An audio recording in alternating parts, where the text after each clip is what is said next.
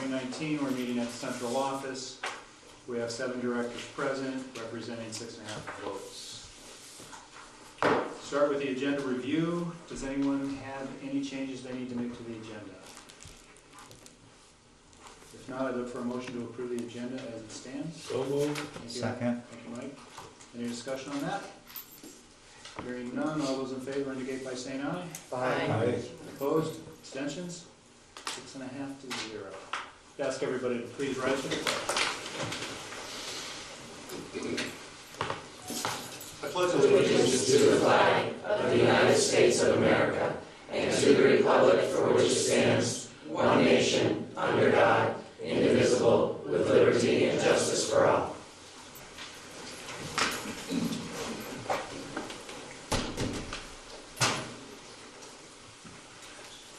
All right, that brings us to item 4, which is visitors. Do we have any visitors tonight that would like to give testimony before the board? I would. I would like to just say tell the board, the BFA experience that we just had was nothing but positive up in Fairfield. The kids came back, they were all excited, they were thrilled, they came running down the hall. But more importantly, the parents came to me and they were saying what a comforting night it was to have teachers that couldn't wait for the kids to get there. They were welcoming, they were enthusiastic, so it was a really positive experience for all of our kids. And I just wanted to give kudos out to BFA for it. So thank you. Thank you for sharing that. Anybody else? All right. Brings us to item 5, which is a presentation on proficiency-based graduation requirements. Who's going to take the lead on that? Guess that would be me, sir. I can start. Chris, go ahead. As long as we're loaded up.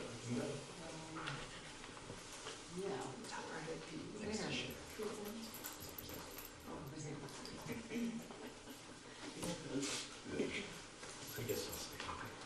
So, our first slide is who we are. We'll be presenting this evening. Chris Moska, Principal BFA. Shannon Warden is our Assistant Principal for Student Learning. Heather Fitzgibbons over there is our Assistant Principal for Student Experiences. And Preston Randall, our Guidance Director. And we've been working together for a couple of years now in our implementation of proficiency-based learning. And we've been meeting to try to prepare this presentation for you. And then, quite obviously, we'll be glad to answer any questions at the end. So, here we go. So why would I start with this? I wish I could say I invented this metaphor, but I didn't. I have to give this attribution to Preston Randall. And you may be wondering what bowling has to do with proficiency-based learning. If you grew up in New England at all, you probably remember candlepin bowling. I'm very fond of candlepin bowling, and when Preston came up with this analogy, I wanted to use this because I think it can clearly explain what proficiencies mean and how it affects the instruction for our young people. So if you recall, if you've ever gone candlepin bowling, those who are proficient in candlepin bowling will take that little ball and curl it down that rickety old alley, and there'll be those 10 candlepins, and you might get a strike. You might get them all down at the first roll. That's pretty good. And if you get them all with a strike, you move on to the second frame, you get a couple of extra balls, and if you're really good, you can get a 300. So that's what happens if you're very proficient at candlepin bowling. With one ball, you can get a strike and move on. Some people may be not quite as proficient, and maybe on their turn, when they get up to the lane, they might have to do it in 2 rolls. And that's pretty good. You get a spare, you get an extra ball, you move on to the next frame. We used to call them boxes in those days. And that would be your turn. And then in candlepin bowling, you might be a pretty proficient bowler, not quite as good as the person who gets a strike or a spare. It might take you 3 rolls. We used to put an X in the box. We call that a 10, count it as a mark, and you move on. In some ways, and that's why we call this changing the game, that is reflective of what our educational system has been. In a system that's not based on proficiency. Some may get it on the first roll and move on. Some may get it on 2 rolls and move on. Some may get the 10 on the 3rd roll and move on. Some may only get a 5 or a 6 or a 2, but they're all supposed to move on even if they haven't been able to get all the pins. So when we think in terms of proficiencies, what does that mean in real terms? We've asked our department heads to identify with their teams what it is that we all want. We want all kids to know and do, and that at the end of the match, at the end of the bowling game, at the end of their high school career, the expectation is they get them all down. And that's really what we're trying to do. So if you can keep that metaphor alive, that's really what this means. It can get quite complicated. I don't want to oversimplify what we've been trying to do and what it means, because it's quite a feat to be able to get all kids to get all pins. However, that's the goal. It's a very noble goal. It takes a lot of work, a lot of effort, and some excellent teaching and learning.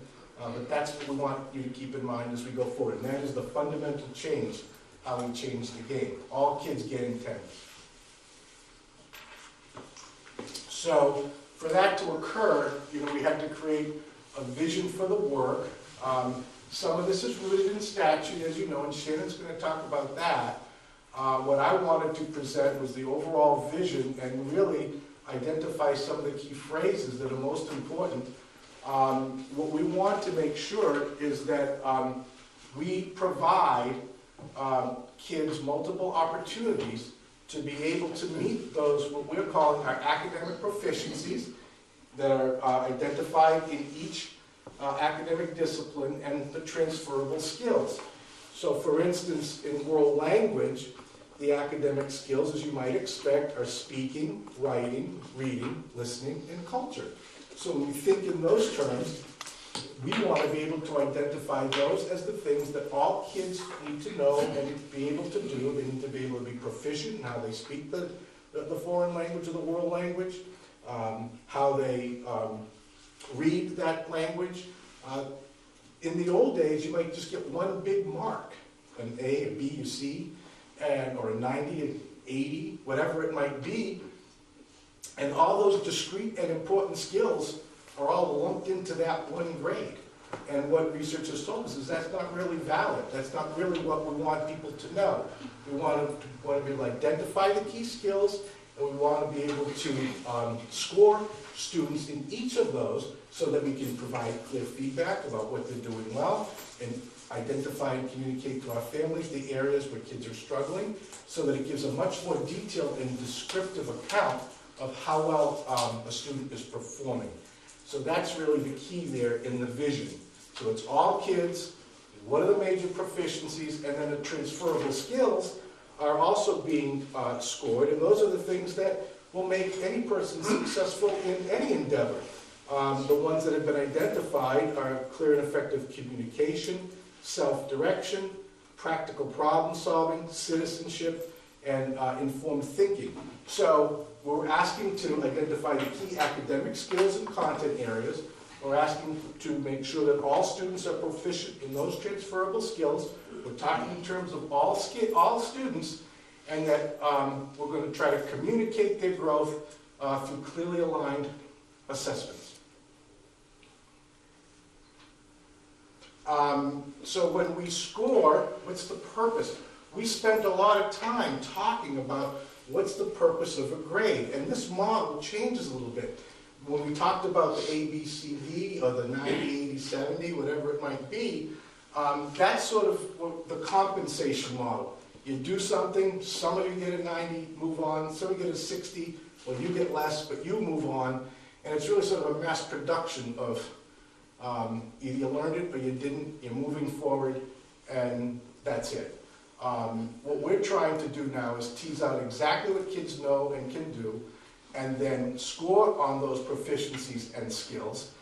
And that's really the purpose of the grade. So it goes from compensation, yeah, you made it, here's your A, here's your paycheck, to communication, communicating to our families, communicating to our students what it is that a student actually knows and can do in accordance with those identified skills. So that's the major difference, and this was the background and the foundational work that we did to be able to implement a proficiency-based system. We didn't just wake up and say, oh, let's do it. This is rooted in very good research And it really does make sense when you think about what we want all kids to know and do and how we want to communicate their progress. So it frames, the question is framed differently. And this is the, what we call an essential question for all teachers, all educators. Whereas before it might be, what am I planning to do to teach somebody something? The question is different now. And when I taught, it's all right, what do I need to cover? How will I do that? Not necessarily bad questions, but they don't get at the heart of identifying key skills and making sure all kids get there. So what we talk about now, and this is from Wormley, who's one of the researchers that some of our teachers had a chance to see, and I think his work is quite good. And he says, what experiences do I need to provide these particular students in order for them to achieve proficiency on every assessment? It's a much different question than what am I planning today? What am I going to do period 2? You know, where's my projector? Not that those things don't come up, but this really changes how teaching and learning will occur in a class, because that question frames up many, many other different things that have to happen if you're thinking in terms of every kid making proficiency and what you need to do and what experiences you have to provide for that to happen. So that's kind of the big frame of the work. So I'll talk a little bit about why all of this change, and there's actually 2 things that changed right around the same time, and kind of going off of what Chris was saying about figuring out what individual kids need. The state started to recognize that the kids had different needs when it came to learning in order to get to graduation and to be college or career ready, which is the whole premise of proficiency-based learning. So 2 things were happening. I don't know if any of you remember Act 60, and part of Act 60 were the school quality standards, where the state would outline what students needed to learn in school, what graduation requirements should be. And that was in like 2000.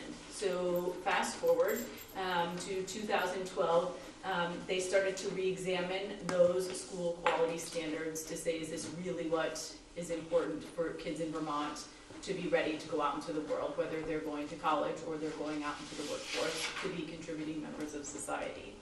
At the same time, the state started to look at what if a student learns differently, what if their needs are different, what if their interests are different, and they came up with Act 77, which is the flexible pathways legislation, which allows for kids to seek alternative ways to earn credits, but to learn and acquire the knowledge that they need to be college and career ready. So that could be through early college, that could be through work-based learning, where they're actually going out into the field and acquiring knowledge with an expert who is actually doing it.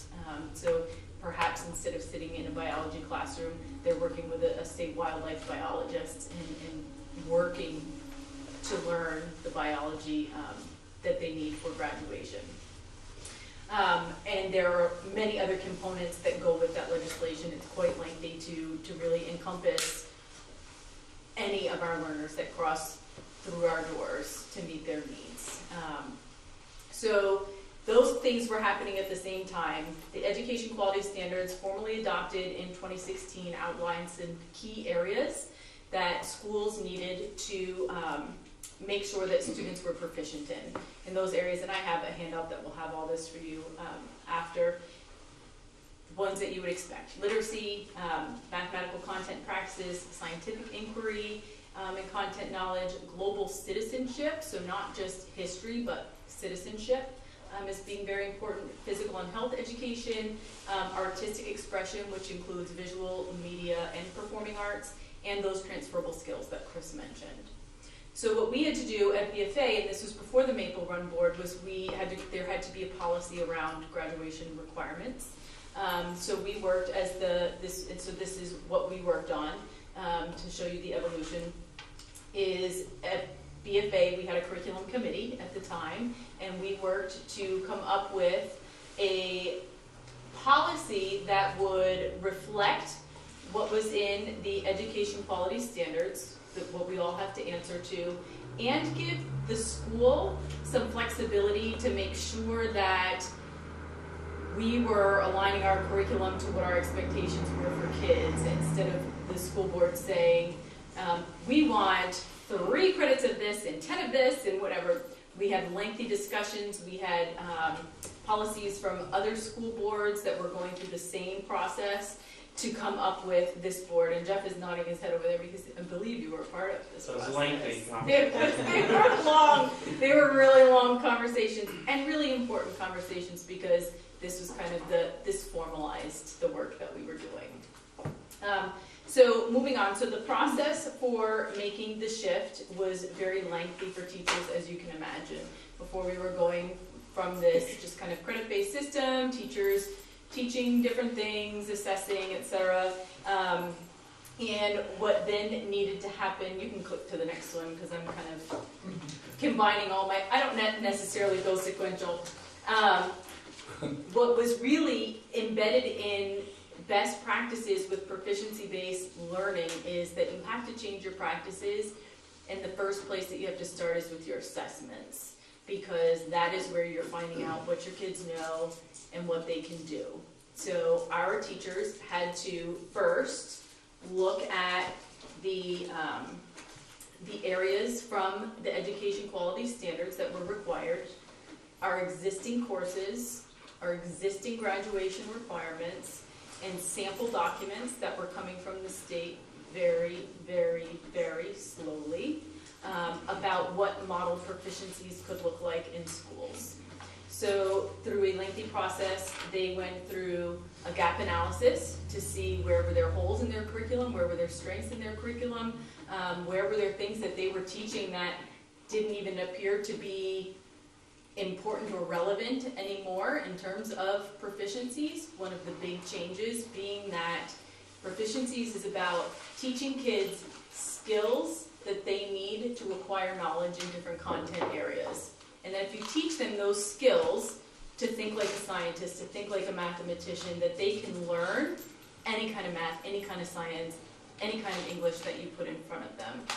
That's a big change. It's a big change from being required to read a specific book of literature and write a paper on it. It's a big change from just being given a set of algebra problems and learning to solve those, and just take a test that you've memorized sort of the process that you're then later going to forget. So that shift was really big. So that brought us to the development of what are our proficiencies going to be. And we spent a lot of time looking at research and best practices and leaned towards skills, reading, writing, speaking, listening. And again, I have copies that have all of our proficiencies listed so that you can see them. I don't need to go through them all, but I think you get the idea. You know, in science, it's about inquiry. It's about can you ask questions that you can test. So that it doesn't matter if you're in biology, it doesn't matter if you're in earth science, it doesn't matter if you're in astrophysics. You're going to have the skills to work through problems and acquire that knowledge. So they developed assessments that aligned to those proficiencies. So think about all the biology. I was a science teacher, can you tell? Sorry. So all the biology teachers would get together and they would say, okay, so here are our science proficiencies, which are skill-based, and we still need to teach our content because it's important, and we're going to teach those proficiencies and assess them through the content because that'll make it a little more interesting than just teaching lab skills, because that's kind of boring. So they built those assessments and then built their curriculum backwards from there to say, okay, how are we going to get the kids to here? And they worked backwards. And through that process, they did a lot of what we call calibrating, where they take their rubrics that are directly aligned to the proficiencies, that give clear feedback and are assessing very specific things on that assessment. They spend time looking at student work and saying, this is a 3 because the scoring system is 1, 2, 3, 4. This is a 3 because the student did this, this, this, or this. This is a 2 because the student was missing this, this, or this, but had this and this, so they're not a 1. And those dialogues were happening a lot during our collaboration periods that we have on Tuesdays and Wednesdays when kids come in a little bit later. So for years, that is how our teachers have been utilizing that time. The assessments have changed. A lot of them don't look like the assessments that you and I took when we were in school. They are more performance-based now because we're looking to test the students' skills. Not necessarily what they can remember or quickly Google on their phone, but how can they actually work through a problem that's put in front of them and apply the knowledge that they've learned. Again, a huge change for the teachers and the students, especially the ones that were kind of coming through or were in blended classes. So we phased in grade 9, grade 10, grade 11, and that's where we're at right now with them. That was a lot. And I have a nice booklet for you, some light reading this evening that explains it in a lot more detail. So I don't need to be writing this down, because I've been writing this down.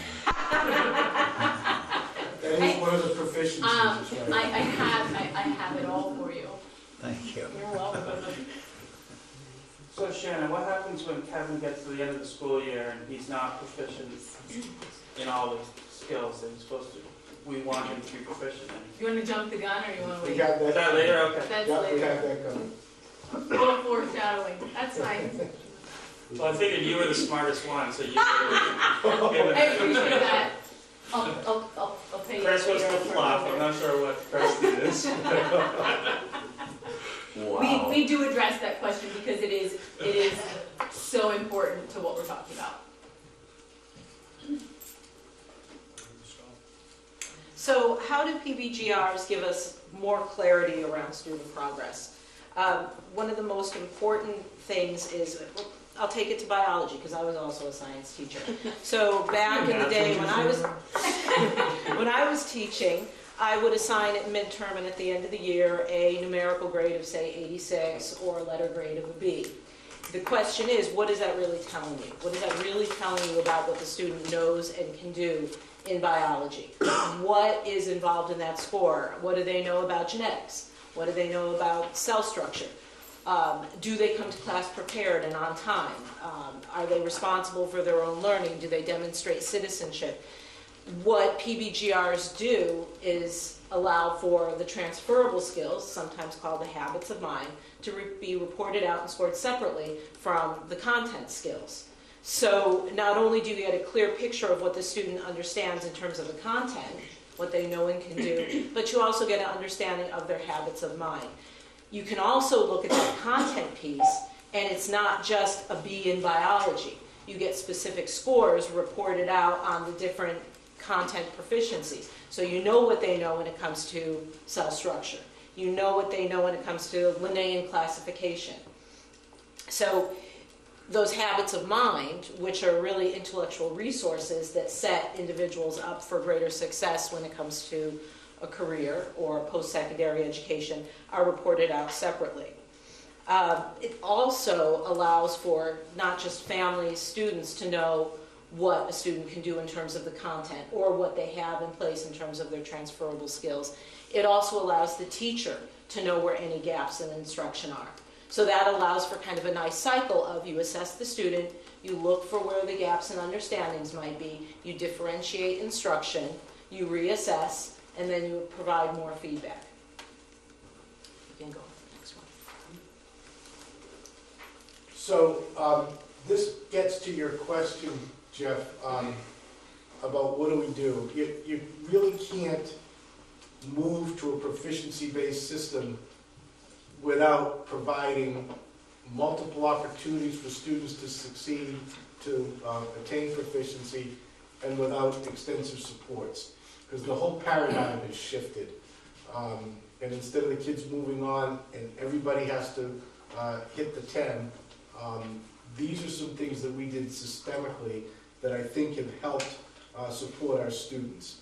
We realized that it just doesn't work without some variations of what are our systems. So one of the things we did was change our assessment schedule.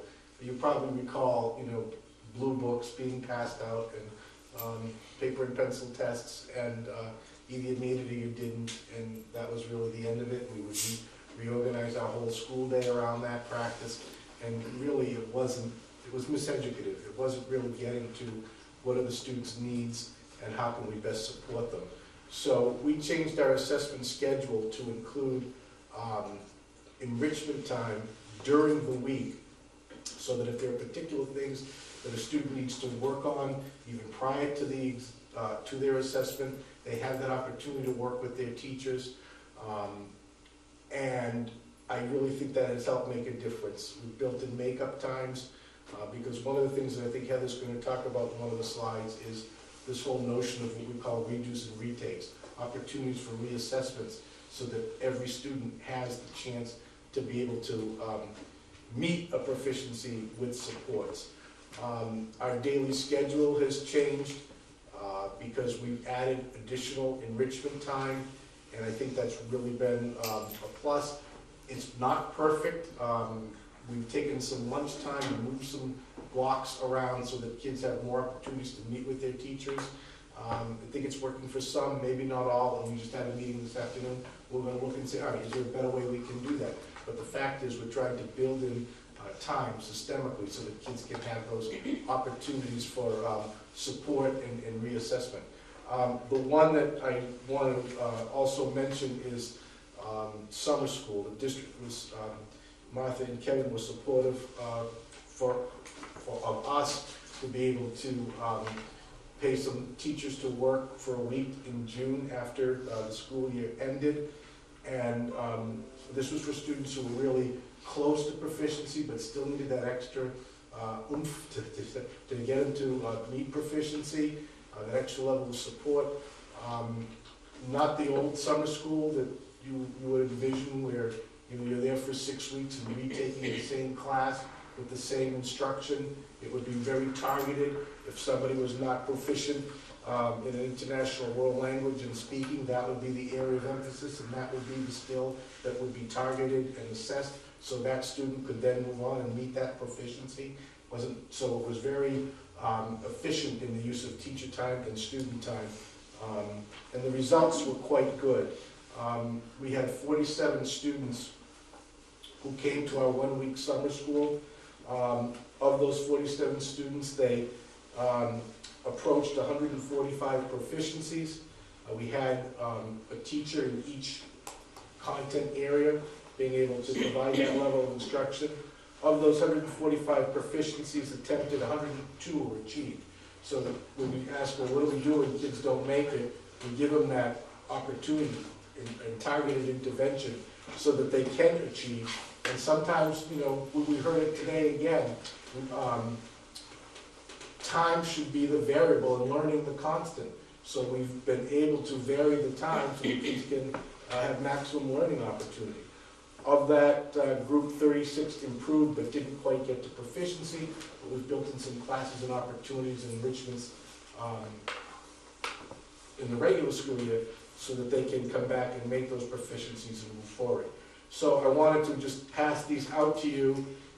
It captures the vision of the work, the purpose of a grade, what our schedule now looks like with the additional enrichment time, and also the assessment schedule, which builds in enrichment during that week for support and reassessment. So the old way was the reverse of what you said with the, seat time and learning was the variable, and now you flip that, so it makes a lot more sense. Although I can tell you, like, my kids get so mad when they hear that people can just take tests over and over and over again. I'm like, well, do you want them to learn it, or do you just care about, what the grade is? It's, it just strikes them as odd because they didn't go through it. But. It's a big shift. Based on everything that we've been trained and taught over many, many years, it now has to be unlearned and refocused in a different direction. So Chris, you're showing how you support the kids so that they can knock down all the pins. What about the kids that come right in and knock the pins down all at once, and they're done? How do you keep them challenged? What can you do to challenge them and support them? It's a great question. Smaller pins. What's that? Lanes with smaller pins. Smaller pins. We make the lanes longer. I mean, maybe that's it, you make it harder, I don't know. Scramble. No, I think that's where the differentiated instruction, the target intervention school, that's where, based on where a student is, they get other opportunities to grow in their own learning. Preston's going to talk a little bit about that, I think, relative to early college as a potential way of moving forward. That's now something that's well supported. Certainly we have an array of AP curriculum that's still more traditional. A lot of students who are achieving well take that curriculum because that's still in many ways a gold standard for challenging students. So I think there are still opportunities for kids to continue to move forward. Ideally, with good teaching and instruction and good practice, every student is still challenged. Okay, so some of the specific supports that we have in place, we now have, many of our courses are full-year courses, but students have until the end of a course to demonstrate proficiency. So it's not just you teach the content, you give the test, the student gets the score, you move on. Chris, I believe, spoke briefly about redos and retakes. So there's now an ongoing cycle since you have the entire course to reach proficiency. So a student takes the assessment. If they didn't reach proficiency, they receive feedback, meaningful feedback. There is differentiated instruction, and then they have the opportunity to be reassessed. We know that not all students reach proficiency or master a skill at the same rate, and PBGRs allow for that. They allow for that time, and they allow for multiple opportunities to demonstrate proficiency. In addition, we also looked at upping the enrichment time. Enrichment time is time when students can go make contact with the teacher so that they have that added opportunity to receive that feedback to demonstrate proficiency. I'll give you just a real-life example. Yesterday, was it yesterday? It was actually today. I walked in on a science enrichment, and there were two groups that were working with the teacher. One group was working on preparing for being reassessed, and another group was working on getting feedback from that teacher on their lab report. So the teacher was very effectively moving back and forth between the two groups, looking at the work that the students that were preparing for to be reassessed were doing, and then back to the students that were looking for feedback on improving their lab reports. Whereas before it may have been, your lab reports are due on Thursday and they're just turned in. So they now have multiple opportunities. Enrichment allows for that, to get that important feedback. Again, it would have been, you're taking the test on this date. You get what you get and then you move on. Now they have the opportunity during enrichment to get that seat time with that teacher, get some differentiated instruction, and then be reassessed. And also, it allows the teacher time to really get to know what a student knows and really target that differentiation and that instruction to that student's needs, all through that added enrichment time. But all that differentiation, it sounds like I think that was called a flipped classroom. You know, those ideas of where some of the more standard lectures are given in a different way, you know, recorded and somebody watched at a different time. And then the teacher then has the time to deal with the kind of stuff we're talking about in the enrichment area. It sounds like we need. I think the flipped classroom is a type of differentiation. I just can see where we're asking teachers for more and more time. It is. It's challenging for teachers. There's no doubt about it. It is. That was a question that I had. What are you finding, are the teachers reaching proficiency in teaching proficiency learning? It's been an ongoing process. They've had to have so much targeted professional development, working together collaboratively. They have collaboration times. It's a huge task. I'm sure Shannon can speak more to it, but they've had their own growing pains. It's been a huge shift for them.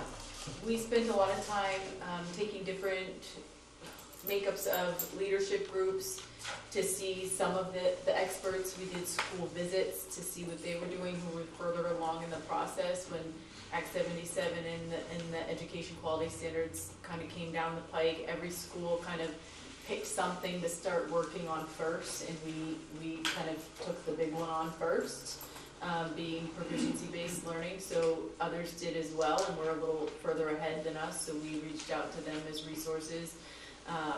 So the fact that we were able to phase it in by grades, 9, 10, 11, and then next year all 4 grades will be in this system, has helped with that piece, because they've been able to learn from one another. So, you know, what the freshman teachers learned that first year, they've been able to then pass on, while the 10th grade teachers were working and trying to finesse their curriculum and so on, and it's a very iterative process. And to dipstick right now, I'd be shooting from the hip, and someone will see it on camera and I'll be wrong. So I'm not going to do that. But I would say that it was a steep learning curve for all of us. And I would say maybe not in some ways. They were already doing differentiated instruction and some of those best practices. And then it was pushing them a little bit more to say, okay, now you have to think a little bit more. To Jim's point, you know, we want all kids at the 3 at the proficiency level, and then we have kids that can go beyond that. So now teachers are not only differentiating for kids who aren't meeting the proficiency, and they're working with kids within the class to push their thinking beyond, to expand beyond proficiency in a given area, and really hone those skills even more. So it's been a steep learning curve, and we're in a much better position in year 3 than we were in year 1. So I've got a second question, similar. How are parents and community members responding to something? And the reason I'm asking, I went to a legislative breakfast just last week in Swanton at their little center there. And a woman criticized proficiency-based education. You know, she wanted to see the A, B, C, and D, and the 100, 95, 90, and so forth, and thought proficiency-based education was, you know, she trashed it. And my thought there, having been in education 48 years, she just needs to understand what you folks are talking about tonight. That woman, you know, people are upset with the fact that they think education hasn't met the needs of their kids, but they don't want it to change. You know, they don't want you to improve it because we had 95 or 90 when I was a kid. Was anybody specific in this criticism? Like, Well, I know one thing I've heard a lot, and Preston has addressed this, is parents are worried about colleges. well, that was one of my questions, how it translates to college. Colleges have a 4-point scale.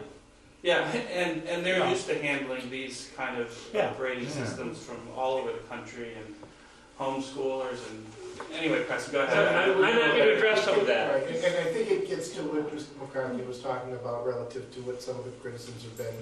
The questions we've got, we've had several community forums to try to communicate what this means, and a lot of it does fall on things like awards, honors, scholarship, and college acceptance, and so he's had a lot of contact with them. So I'd like to just start off by saying it's very nice to see everyone. I don't see as much of you, and I appreciate seeing you tonight, so thank you. I would also mention that I have never been a science teacher. And the world is a better place because I am not a science teacher, never have been. So when we moved away from traditional letter grades, honor roll has always been, for as long as I know, based on you get how many A's and B's you get. And at BFA we have this wonderful tradition of pins, bronze, silver, and gold pins, and then a gold pen at graduation. That was based on how many A's you had earned throughout high school. We worked with our school improvement team, which is a group of teachers, teacher leaders, to really look at that. We realized we absolutely still need to recognize excellence. We're still committing to recognizing student achievement. We needed to reinvent what some of these things meant a little bit. So honor roll and high honors, sort of 2 tiers of really recognizing based on the transferable skills that Chris talked a little bit about, really and Shannon and Heather all did, about really being able to separate sort of the academic proficiencies and those skills, and then those transferable skills that I always sort of say are the things that successful students and successful people in life do. And so it made sense to really, partly as a way of promoting that, but also recognizing that if I'm doing the things that a successful student would do in school, whether that's about my citizenship, whether that's about the responsibility I take for my learning, that's about how I communicate with other people and work with other people, we want to make sure we're recognizing that. So honor roll and high honors are based on students' transferable skills scores at the end of each semester. That also, one of the things that came up is there are things like good student discounts on car insurance. Those matter. That is a very practical reality. One of the criteria, I see a lot of those forms from insurance companies, one of the criteria is a student has a 3.0 or better GPA or has all A's and B's. Thankfully, one of the criteria is that the student is on the dean's list or honor roll or high honors, the equivalent. So it allows us to still have a mechanism to sort of say these are our good students who are eligible for a good student discount. And I would argue that students who are successfully applying those transferable skills are good students. And it's a nice way to recognize that. A student who's doing all the right things but might take more time to meet some of the other proficiencies is still able to get recognized for their successes. Also is a way that we can tie in, Jay Peak does the free skiing for students who get all A's. Well, nobody gets all A's at BFA, but we have a way of being able to say to Jay Peak, here is our top tier of students, our high honor students, which would be sort of the equivalent, so that they can get that free skiing at Jay Peak. Because we realized there are some sort of traditional roles in high school in sort of how we interact with other organizations and our community that require us to be able to recognize excellence and to be able to report out on that. The pins and pens are based on those academic proficiencies that are tied to the classes. And just like we don't want to average all that together, to use a bowling pin analogy, you know, sort of get enough pins down. We want to be able to say which pin somebody's getting down. I maybe should have said pins because it's a dual meaning here. Got halfway through that sentence, I was like, oh, no. But it's that same idea about really recognizing if I'm thriving in science and English and math and social studies and all of my content areas, I'll get recognized with the different pins, and at the end of 4 years, I would be able to be recognized with a pen at graduation, as we've always done, based on my overall academic performance. How do you rank your senior class, and how do you select valedictorians and such? This was part of a lot of conversation. We don't do a class rank, and that was really an intentional decision. Class rank, I would argue, class rank has never been as precise as people would like to believe it is. You're averaging so many things in together to be able to say that Shannon Morton is exactly 2 students better of a student than I am, when we've taken different classes, had different learning experiences. 200. 200. 200, yes, probably. That has never been sort of a realistic thing. We've never done a precise rank. We've always done decile ranks. This has come up this year as we have juniors who don't have any traditional letter grades, are applying to summer programs that have not kept pace in the way the colleges have, and their summer program applications are still looking for a class rank. It is not something we report on a transcript because we don't sort of value it in that way, but if we need to provide an estimated class rank, which we've had to do for a couple of students, we go to the PINS awards, and so a student who got the gold pin would be sort of in that top tier of student, and on any given year, we can calculate what percentage of the students earned a gold pin. And then if I got a gold pin, we could say I was in that top, whatever that percentage is. It won't be the same percentage every year. But it allows us to provide when it is needed, because one of the things Chris has talked about repeatedly over the last few years is we're not going to allow students to be hurt by this process or to lose out on opportunities because of this process. So, sort of, in my role, my first response to a program asking for a class rank would be to say, what is it that you need that for? We don't do it, and here's the reasons why we don't sort of do that. And then when they push, I can say, well, so I can give you an estimated, and here's how I'll do that. And I can let them know exactly what that means. Because we're really committed to this not hurting students. So that is our academic awards and honors. It brings us to our transcript. Right, and as Chris talked about at the beginning, the scores are about communication. The high school transcript is about communication. So we communicate 3 things in our high school transcript. And we've designed a high school transcript to reflect these 3 things. We are still fine-tuning it, mostly about sort of layout. We want to make sure it communicates with very clear, with great clarity, because it goes to many, many audiences, and we want to make sure that they can understand it. So we're still working on the layout and fine-tuning it to make sure it's as clear as we want to be. But it does and will communicate what are the learning experiences. Primarily that is the classes the student took. It might include early college learning experiences. It might include dual enrollment learning experiences, so learning experience that happened in a college setting while they were in high school. It will differentiate those learning experiences. If I took AP biology, it will know, people who see that transcript will know I took AP biology. So it'll differentiate sort of the rigor of those learning experiences. It'll communicate what credits were earned. So we don't have traditional letter grades, but it'll say whether or not I got credit in the AP biology class. And then, sort of on the backside or on additional sheets, it'll report out on the levels of proficiency on all of those required proficiencies for graduation, on all the proficiencies. So how proficient I was each year, which will allow, like a traditional transcript, which will allow colleges, for instance, or other organizations to see the growth over the 4 years. Because it'll report out on those proficiencies. It gives a much more detailed look at my accomplishments as a student. Instead of 1 English grade, they'll know how proficient am I at writing, how proficient am I at reading, how proficient am I at communication, and I forget the 4th one for English. Doesn't matter. Speaking. It's reading, writing, speaking, listening. Listening. I said communication instead of speaking. I apologize. So it'll give, in that sense, it'll give colleges and other organizations that are looking at the transcript a little more detailed look at what a student can do.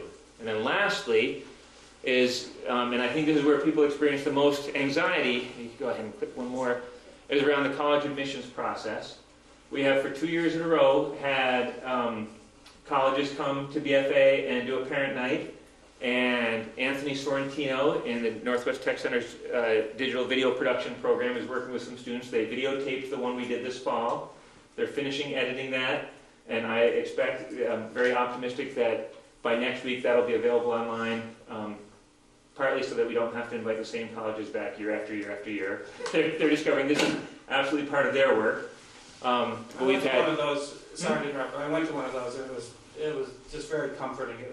They're basically, it's not a problem. The things that colleges talk about is every high school transcript is different already and has been for decades. So they're very much accustomed to that. They talked about that it's the same admissions counselors reading all of the applications from Vermont, or in the case of some of the Vermont schools, all the applications from BFA, and maybe they're not reading all of them across Vermont. So they know that we're making this shift to proficiencies. They're getting to know the school well. That is part of their job. And so they have the opportunity to really understand what we're doing. We send a school profile with a transcript, which is another document that we're working on updating to make sure it communicates what we need it to communicate, because we're not doing class rank, for instance. We'll talk about those academic awards as a way of helping colleges. But they talked about, they've always recalculated whatever GPA we gave them anyway. Because some schools are on a 4-point scale, some are on a 4.33 scale, some are on a 5-point scale, some are weighted, some are unweighted. They've always had to sort of do their own translation to have the documentation they're getting from high schools end up being sort of an apples to apples comparison. And what they're getting is a fruit salad, and they're trying to turn it all into apples. Well, okay, wait a minute. That's college. Yeah. There's other secondary experiences that may take, be used to a regular transcript to get them started in an apprenticeship or something. And also there's the military academies. Yeah. Now generally the military will test their own people with their tests. They're more concerned about that, but they are, to be considered for the academy, they are looking for SATs, which is another question on how this works in. And they are looking for a certain level of proficiency that they're used to seeing, and they are rigid about it in most cases. So. Absolutely. And we're giving them more detailed information in those proficiency scores about what the skills are that the student has for any of those fields. And I want to be really clear, when I say the word college, and I should have prefaced it with this, I mean any type of post-secondary educational experience. I use the word college very liberally because we know students aren't all going to the same type of post-secondary educational program. What they're consistently telling us, and this hasn't changed, I've been a school counselor at the high school level for 18 years, and this has been true longer than that. The most important thing is that they're looking for predictors of success, whether it's predictors of success in a military academy, predictors of success at UVM, at MIT, at CCV, at O'Brien's, any of those. They're looking for predictors of success. The number one predictor of success is the rigor of the coursework. So for instance, if I'm a strong student and I've already been successful in college classes, probably I will continue to be successful in college classes, right? So that has always been, and that information is still in our transcript. They still will have access to that information. Academic performance. That used to be more about sort of the GPA and the class rank perhaps, but it's always been sort of about what are the grades or the scores. We're giving them more detailed information about a student's academic performance. Is one of the things we're doing. The standardized test scores, there's no change in that. That's always been sort of a part of the package, the SATs or the ACTs. So can this actually someday make the SATs obsolete? This sort of approach, if it were to spread? There are schools who are test optional now. Well, some colleges are not taking them anymore. They're not taking them anymore. Really, it's about knowing how to take a test, not really what you know. And I think that's been shown time and again. Yeah, I don't disagree with that. I can't speak for every college or university or any place that uses the SAT now, whether or not they'll phase that out. My guess would be, and this is a guess, from a higher ed admissions perspective, and I talked sort of about the apples to apples, every high school is doing something different, every high school is reporting something different. If every high school student takes the same one or two tests, the SAT or the ACT, there's one thing that is a constant that lets them inform their interpretation of what the high school is sending. Okay. That's my guess about that, and that wouldn't be my decision to make, and in fact, they haven't even asked me my opinion.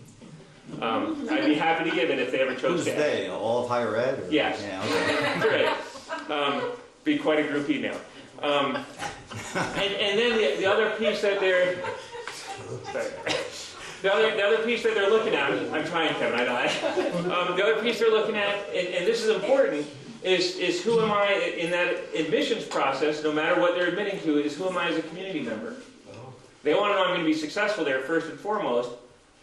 Probably a lot of people could be successful there. So why do they want me to be successful there? And then they're looking at who I am as a community member, and that has always been true. That's where the college essay comes in. That's where the letters of recommendation come in. I think an upgrade is that's where those transferable skills come in, and that is being reported out on now in a way that it wasn't before. When we met with and this will be my last thing unless people have questions, when we met with the college admissions folks, they were very reassuring. As some of the audience members pointed out, of course they were.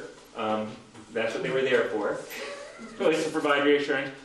One of my takeaways was when we had a lot of numbers, when I knew what my GPA was and what my class rank was and what my SAT score was, and let's say I wanted to get into UVM, and I knew what UVM's average accepted students' GPA was, and average SAT score was, and typical class rank was, I felt like I could really predict with some confidence about whether or not I'd get into UVM.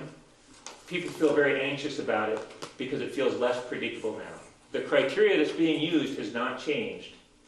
Our ability to feel like we can predict it, I'm not even convinced its predictability has changed, depending on the school, but sort of our ability to sort of point to numbers and take comfort in how our numbers align with the numbers the college is publishing, that is what has changed, and I think that's why we see so much anxiety around that, and it's very understandable. So I think those information nights and the work of the school counselors in having those conversations and supporting students and families and picking up the phone and calling the colleges is an important piece.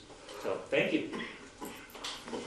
I think we just have to make sure that when we get the comments from people that we tell them to reach out to you, because you guys do have a lot of good answers. So. We have a lot of conversations with colleges, and we are very happy to get those phone calls. So I would please encourage people, if people have questions, encourage them to reach out to us. And we don't make up answers, and we don't know. We'll call colleges with them and make sure that we're giving accurate information. And one thing I went to the fall presentation there, and they kept, I guess a good word they used was that the student has to tell a story about themselves from day one. And I appreciated that because I'm having a lot of anxiety around this. My kid's not even in high school yet, but it's hard to get past the ABCs and get to this because part of the story too that I worry about as a parent and other parents that I talk to is okay, if they have proficiency and they have many times they take it, is that recorded on their record, like how many times they take it? Which, if it's not, that's great, but then, again, with the much like it's not recorded in the DMV if it took you 5 times to get your driver's license. Yeah, that's a good point. But it's going back to a question that Jim asked, is like, how do you keep the kids that do it the first time, I guess, challenged and keep them moving forward? And I'm sorry to jump in. No. What is reported is if I require additional learning experiences Mm-hmm. in order to reach proficiency, that does show up depending on the nature of it. If it's enrichment time or staying after school with a teacher, that's never been, right, that has always been part of the practice, it's never been on the transcript. If I needed an additional class in order to bring my English skills up to be able to meet the proficiencies in my 9th grade writing workshop class, that is reflected on the transcript. So the academic performance bullet, those are the proficiencies that you met and the proficiencies that you haven't met. Right, and the scores that I ended up with at the end of my learning in that area. So you're presenting this as if there's no more grades, but I'm going to argue the opposite. There's just many, many, many more grades. Right. That's You're how calling it's them interpreted. scores. We call them scores. So instead of 5 grades, you might have 500 grades. Instead of 4 English grades at the end of 4 years, I'm going to have 16 scores in English over those 4 years. And ideally, those scores are a better communicator of that student's progress in that very specific skill. Whereas in the old system, you had multiple factors that were tossed into one grade, and what we learned through the research is that's really an invalid representation of that child's progress. So it's virtually meaningless because if somebody turned in their homework, or did an extra assignment, or was punctual, sometimes a variety of skills that we're now scoring under the transferable skills would get lumped into that one grade, and that doesn't necessarily communicate the student's story relative to what skill are they demonstrating proficiency and what skill might they need additional support. Yep. So, As someone who's gone to many, many, many college visits and listened to a lot of lectures about this, I can just echo what you guys have said. Courses that students have taken, that's what they look at. SATs, they look at that. They don't really care about GPAs because, like you said, some states have 10.0, averages. So they look at the courses you've taken, whether they're advanced or in how you did them. So, yeah, it's all good. So it's a 1, 2, 3, 4. That's the scale, right? Yeah. So if a student gets a 3 and they want a 4, is something they can do, or Yes. they can go back and take it over and do that if they want Yeah, to? they work with the teacher. It may not be every single assessment because Yeah. sometimes there are small assessments that build up to something larger. But teachers work really hard with individual students. That was part of the Act 77 legislation, is personalization, to work with them to meet what their learning goals are. And if their goal is that 4, then the teacher's going to work with them to get that 4. Well, what if the teacher thinks that he can get the 4 or she can get the 4, but just didn't try hard enough? And then that would be reflected in the transferable skills probably somewhere. You could link that back to doing some practice work somewhere. And the scoring rubrics that Shannon referred to earlier, they tell students right up front, here's what a 4 looks like, and here's what a 3 looks like. So what you need to do to get a 4 isn't a secret from anyone. This is the standard I need to meet to be able to get a 4. So if that is a student's goal, they have the information ahead of time to be able to work on that. And if they're struggling to do that, then they partner with the teacher to say, this is really important to me, and I know I'm not there yet, what do I need to do to get there? It makes that learning process very transparent. So if you think that the student was capable of the 4 based on prior achievement in class and they didn't, you could probably look at, things that they've done along the way and have that conversation with them. And separating those scores out and being really clear about what you're assessing really helps hone in on where those areas are and figuring out if kids are ready for the 4, are they not ready for the 4, and some may not be ready for the 4 until June, and some are ready for the 4 in January. It's different on every kid, and that's the beauty of this system, is it's about every kid, and that's the message that you need to know as the board, is that when we implemented proficiency-based learning, it was for all kids to meet proficiency, that is what was important, that when they walk across that stage at Collins Pearly in June and they get that diploma, you can feel confident that they've let a high level of proficiency, a rigorous expectation to achieve that diploma, and that they've gone through processes in order to do that. That it's no longer about some kids just skating by with 60s in their classes. You can feel confident that in order to get that diploma, they're meeting a high level of achievement. So they wouldn't skate by with 3s when you know they could do better. I mean, is that a problem? That's meeting proficiency. That's proficiency. Yeah. But and then that's the student and the teacher and the family need to decide if they're going to push more. okay. And I think that's the beauty of this a little bit more. Again, I'm still wrapping my head around it. No matter whatever secondary school you decide to go on after or not, that the student has more input, more skin in the game as to what they want to make out of this. And I appreciate that, because again, just going back, there was just a lecture of 8th grade going to transition into 9th grade. I'm still very tunnel-y. You have to do it this way, this way, this way. But it's not, because you have to, if you want to go on to college, if you want something, you have a goal after school, and after high school, and that you have to get these types of courses in or types of work in, that they're willing to work with the schedule to get it in, as opposed to just having it, dictated to you. So I'm appreciating that more and more. So I just have two questions for the PhDs in the room. Are we getting away from Carnegie units here? Is this a step away from that? Absolutely. Thank you. Okay, I mean, that's always been a problem for me. And the other thing is I want to play devil's advocate for a minute. I grew up in New York. We had SATs, and we did a lot of practice tests. We pretty much had to learn how to take the tests. The teachers had to teach to the tests, and it used to drive them nuts. I mean, they would tell us that after we graduated, and so on. So what if someone says, instead of teaching for that test, you're just teaching to the proficiency, and once you get there, it's the same thing? Now, I don't think it's that, but I'm saying, what about a parent who gets up and says that? I think my answer to that, I think the difference is, people, when folks are teaching to the test for the SATs, as you pointed out, a lot of that is about test-taking strategies. It's almost about gaming the test. The point of the shift in proficiencies is to have really clearly articulated learning outcomes. Okay. And the goal is for the students who have met that learning outcome to have done that learning. Where I think, in my mind, and this is my bias, this might not be what you meant, Val, or how other people see it, but when we talk about teaching to the test, it's not about learning. It's about tricking the test into giving, reporting a higher score. The focus is on a test score rather than on a learning outcome.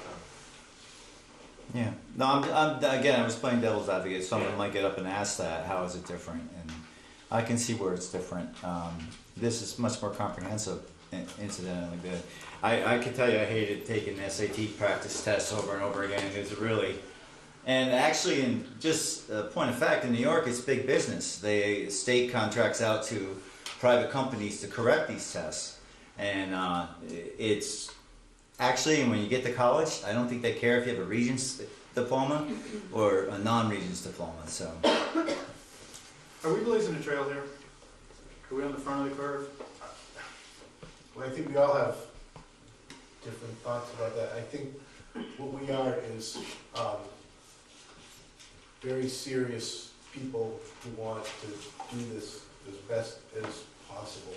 I think some schools may have taken different routes to meet the legislation around what a proficiency-based system could look like. We tried to take it in sort of in its purest form and say, if we truly value the idea of proficiencies and the research base is clear, and this is what's in the best interest of kids, how can we transform our system so that the questions we ask, the experiences we provide are truly supportive of making sure that all kids reach proficiency. So I don't know if we're trailblazers, but I think we're believers. And I think we've made a lot of progress in the journey. Do we have districts that have done this that we can learn from? I guess that's where I'm going. We did that in the beginning, to really get our feet underneath ourselves and figure out where we were going. Preston still attends meetings with other directors of guidance where they're still hashing out some of these like nuts and bolts, where it's sort of now we're at the end, we're approaching the end of our first round of this, and they're fleshing out details like, you know, what exactly do we want transcripts to look like. We are not visiting schools anymore. We had a school come and visit us last year. South Burlington came to visit us because they heard about what we were doing, and they brought students and a couple of teachers. They observed some classes. They met with a panel of teachers, and they met with a panel of students and myself to learn about what we were doing. They took a different pathway. They really worked on personalization through flexible pathways first. They took sort of that part of Act 77.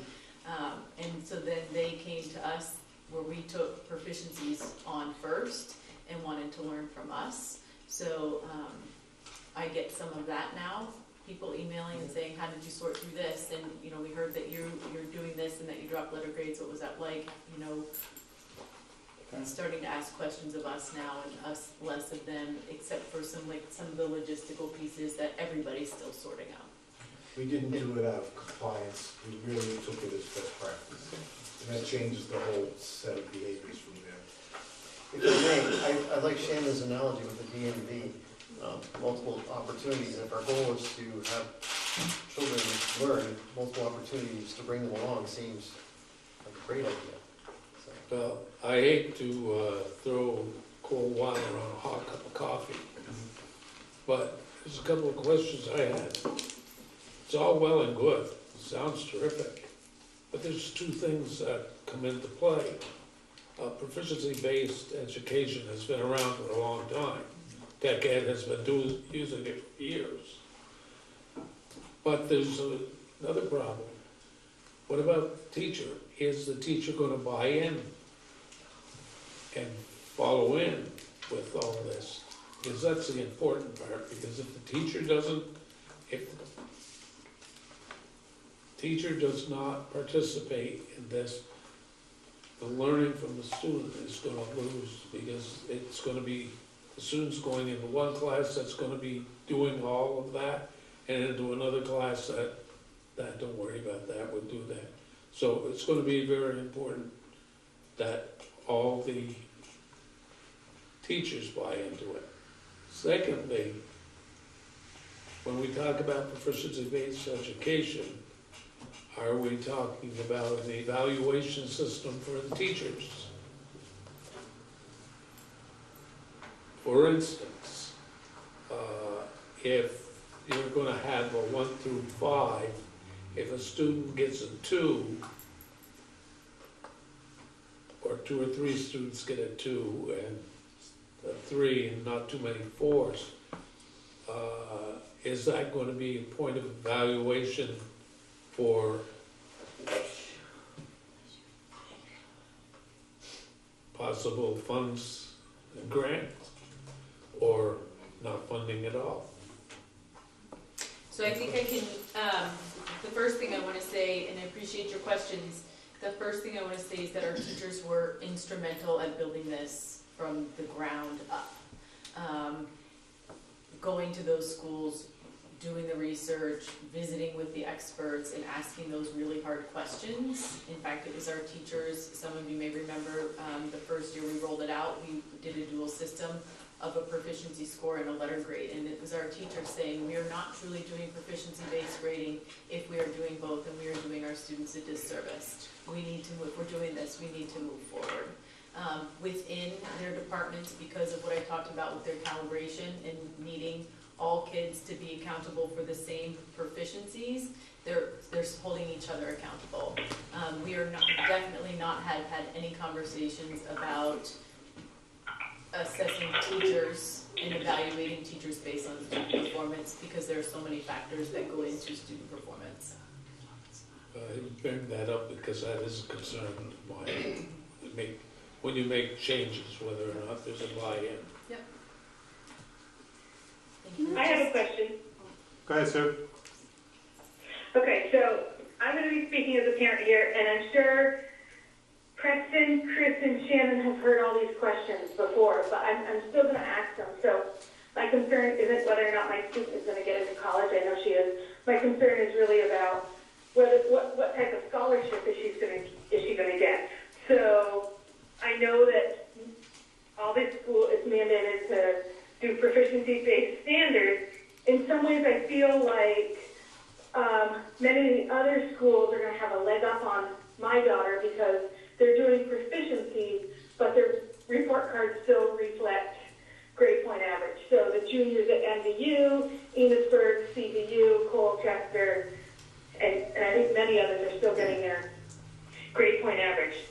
However, I'm gonna jump across that and speak about what the colleges are talking about, because I've been to all three of the college lectures, and very clearly this year, I think it was Clarkson said, we're going to have to rely more on SAT scores and any awards they get.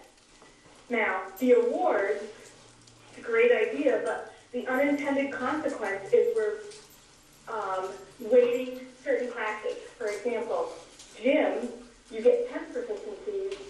Physics, you only get 5. So actually, if you take gym 2 semesters and you get 20 scores of a 3, there's actually a way you can get a gold, tin, actually even a silver or a bronze, even if you get scores of 4 in all of the other classes.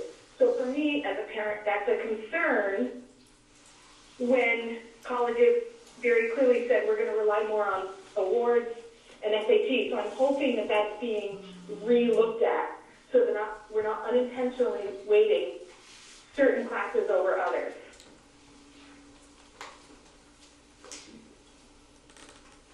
Did you want to address the first part, I would just say in PE we have 4 indicators, but there are there's 4 4 proficiencies. proficiencies and multiple indicators. So PE is actually in range with the recommended number of proficiencies. So we've re-looked at that since last year.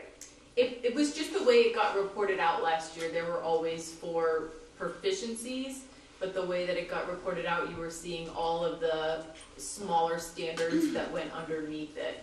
But what will show up on the transcript are the 4 proficiencies, not 10. For these awards, are we now like across the board looking at the same number of proficiencies for each class, so we're not unintentionally weighting certain classes over others? I don't think it would be accurate to say that every class has the exact same number of proficiencies in that sense, but the range, we have reviewed them and made sure that the range of the number of proficiencies is very narrow. I think it's 4 to 6. So that there won't be that unintentional weighting. And I do want to also let you know, we have weighted, when we're calculating for those awards, we have weighted a year-long class differently than a semester-long class. So 2 semesters of PE isn't going to count more than 1 year of English. Both English and PE have 4 proficiencies, but we'll count those English ones twice in a sense, so that those scores are counted as many times. It is 4 to 6. Okay. I think that's really important, especially when colleges are telling us that SAT scores and awards they're going to be looking at more closely for kids with proficiency-based standards. I think it was Clark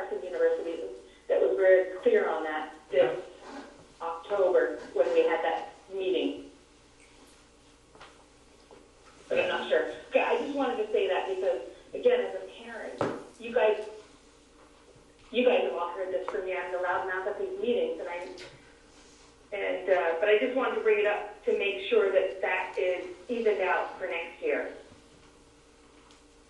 Yeah, and I appreciate that, and I think we've taken a good look at it, and we'll continue to assess each year for the next several years, because we are committed to making sure that we're not unintentionally sort of misrepresenting a student's accomplishment. Thank you. So I just had one more comment, maybe an observation that gives me a little bit of pause. If we have students that go through this proficiency-based learning for 4 years, where they're giving opportunity after opportunity to knock down the pins, I just wonder what happens when that student goes into a different environment in college where they don't have the opportunity to take something 4 or 5 times. And this is the day of the test, and this is the day the paper is due, and it's a more traditional environment. And I'm wondering how kids might deal with that. So those are the transferable skills that are also being taught and assessed in classes, and that's the importance of those and teaching students how to be a good student. And that progresses not only throughout their year, but also their years of high school. So when you assess a student in 9th grade and their transferable skills is going to look very differently than when you do in their 12th grade year, in terms of their timeliness for doing things and turning work in and being self-directed learners. And that's one of the proficiencies. So that when we graduate them, we want them to be prepared to go into college and be able to take a test on the first try. So we're trying to teach them to the skills in order to do that, but not penalize them for the learning that we are requiring of them to earn the diploma. The only thing I would say is that the proficiencies in each discipline have been identified as the most important content and skill areas. So those kids may even do better in college because there's a level of assurance that they've reached proficiency in those major skills that have been identified, whereas previously you might be sending a student off to a college with a 75 or an 80 who may not have ever gotten the full sequence of knowledge and skills that are more assured now in a proficiency system, and that student I would suspect would also struggle. They know how to be a learner, not play the game of school. Yeah, you might be right. But I'm hypothesizing. And we will Sure. see. So may I say one thing? I think in looking at the shift in education now in our classrooms, it's really based on developing the metacognitive skills of students, so that as they move through an educational system pre-K-12, they're developing their thinking skills, they're developing their communication skills, and they're acquiring problem-solving skills to use old knowledge and build it to solve problems. And really what's going to give us that accurate measuring of what's happening in our classrooms is looking at the rubrics and how we're communicating the expectations to our students, and making sure that they're aware of what competencies they have to have for the transferable skills. To be a good communicator, you need to be able to do at a 1, here's what it looks like, at a 2, 3, and 4. And I think we're gonna get better and better at this, especially when we can look at our curriculum, our instruction, the rigor in those two, and how we're communicating that with the student and the parents. Yeah, my comment was more about discipline, I think, being able to discipline oneself to. Self-direction. Yeah. Some schools have the academic proficiencies, but they have the academic habits. Is that part of anything you guys are doing, or? Our habits are embedded in the transferable skills. Okay, and I think that speaks to what Jim was worried about. Will the kids have the academic habits of learning that go along with the knowledge and the skills? Any other questions? Could I just request it? Can I see like a transcript what it looks like today without the you know, what it would actually look like for a student? I have a report card. That would be awesome. I just, out of curiosity, what they look like. I haven't seen. I have a report card. Preston mentioned that we're still fine tuning what we want that transcript to look like, but I do have a report card. I will preface that this box right here, so this shows, would be at the mid-semester point, so this is what a kid would get now. This box here in this area will grow with the credits that they've earned in their classes to say, okay, I've met all the proficiencies in that area. That's all the credit means, is I've met all the proficiencies. So it says credit awarded. So at the end of the year, this page would be much fuller. Okay? Yeah, thank you. You're welcome. I just got an email from my wife and my son Mike. They're stuck on 89 south of Winooski, and it's stopped traffic. I got something on Waze that says the same thing, stay away from 89. Accidents and so forth.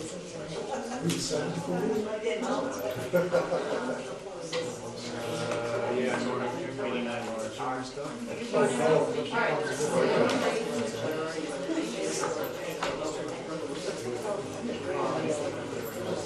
Can we, Sue, do you want a copy of this report card? If you can send it to me, that'd be great. I can email it to you right now. Okay, perfect, thanks. Yeah, no problem. And the other thing is on the website, and there are some videos that kids around the state have done too. If you want to take a deeper dive, we have a tab on proficiency based learning. The slideshow that you guys showed tonight? I can send you that. I can send you that as well. It is different than the one you've seen in the past. I have the slideshow. Oh, okay, I'll send you. I'm going to send you the report card, and I think you have the handbook, but I can send it again. Yeah, I'm sure I have the handbook. But thank you. Sure. And I heard IE United closed down. First responders are going car to make sure no one has any medical emergencies north of Burlington. Just an FYI. It's good that I turned around and came home. Well, we'll be sleeping here tonight, I think. There's plenty of floor space. Well, the better center's right around the corner, I suppose. Okay. All right. We're done with that? Thank you. Thank you. That was Thank you, that was great, thank you. Thank you. Okay, so now we're going to move on to the consent agenda, folks. We have, on the consent agenda, we have the approval of the minutes from 16 January. We have our media packet, which is attachment 6B, our grants, which is attachment 6C, financial statement, attachment 6D, and staff changes, which is attachment 6E. Does anybody feel like we need to pull one of those out of the consent agenda for discussion or for a separate vote? All right, if not, if there's no objections, the consent agenda will be approved. Are there any objections? None. From here. Good. Mike says no. I say no. All right. Thank you, Mike. Roads are racing. That brings us to old business. We have 7A, which is an informational meeting, materials, format. Yes, What's up? so you have attached to your agenda PDF of the slide presentation that we use for the budget presentation. What I've done is I've taken last year's presentation and updated it with the current year budget information. And I just want to make sure board members go through it, and if there's any typos, especially like in individuals' names or their term of office, just make sure and let me know of any of those issues. Also, I wanted to find out if the board wanted to continue with this presentation style. Typically the chair that does this presentation, so I'm really looking to you, Jim. The question is, do we want to continue having a slide for each of the schools, which I have not updated the information on the school slides. So I was curious to whether or not you wanted to continue having that kind of information for the budget presentation. And if you do, then I will reach out to the school principals and they will get me updated information to put on these slides. What do you think? Yeah, I kind of like. I like them. Okay. But I'm not gonna present it, the principals will present it. So- Right, their own slide. Yes. And that's what I was just gonna state, that typically last year what you did is you called on a principal to talk about their information on their slide. That's a brilliant idea. Absolutely. So once we get past the school slides, we actually get into the budget numbers. Budget number slides. Yep. And so, one thing I wanted to mention, and I've got it on here, and I was just looking for your feedback. When the board adopted the budget and approved the warning to be printed, we still have not received and we still have not, as of today, received the final per pupil, the equalized pupil count, which we have gotten information periodically since the January 16th board meeting. And because the information was approved as to what the warning would look like, I'm going to continue reporting on those numbers. But in the little box below, I have indicated that since January 16th, we've gotten better numbers as far as our equalized pupil count. I thought we got worse numbers. Did it turn around? Well, they've been going like this. That's why, until they freeze the number, it's gonna fluctuate. But as of January 31st, our equalized pupil count actually went from 2543, I think is what the board was looking at when you adopted the budget. As of 31st, it's up to 2550, which does change the numbers slightly. It reduces the per pupil spending, and then it changes that percentage of increase over the prior year. Okay, so the warning is wrong. The warning is accurate as of the date that the board adopted the budget. Okay, but the that's- ballot will be different. No, the ballot has to be what was on the warning. You have to, So we kind of shot ourselves on the foot a little bit then. well, you had to adopt it by a date certain. Okay. I wouldn't have had any better numbers until the 31st, which was after the date you would have had to adopt it anyway. And let's not forget that always happens Yes, relative to the yield. The Sometimes yield you is don't know the still- yield right. until May. right, Yeah, but the yield doesn't go on the ballot. right, This number goes on the on the ballot. ballot. So that's why I thought it might be important to highlight that on here, Yeah, you're right. so that you can speak to that. Absolutely. And by the time this board has to do this presentation, those numbers might change still some more. So I'll keep you informed as to what that looks like. But I thought it would be a good point to put that information on here, Yep. especially since how it's going in our favor. You want it in larger print? Yeah. Okay. Here. I'll put bigger. Yeah. Okay.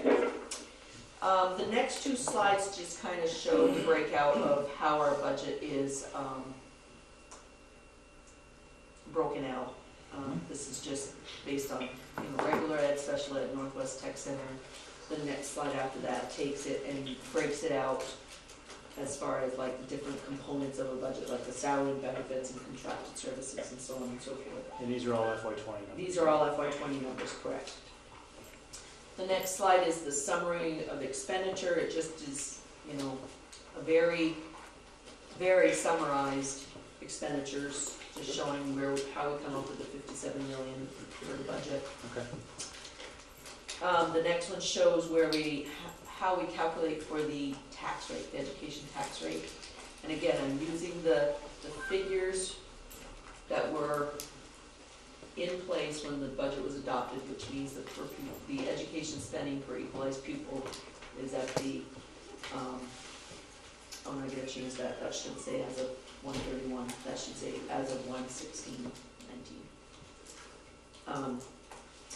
So if the equalized pupil count stays where I think it is, this is actually like a worst case scenario. The tax rate more than likely will be less than what we're showing here. Okay.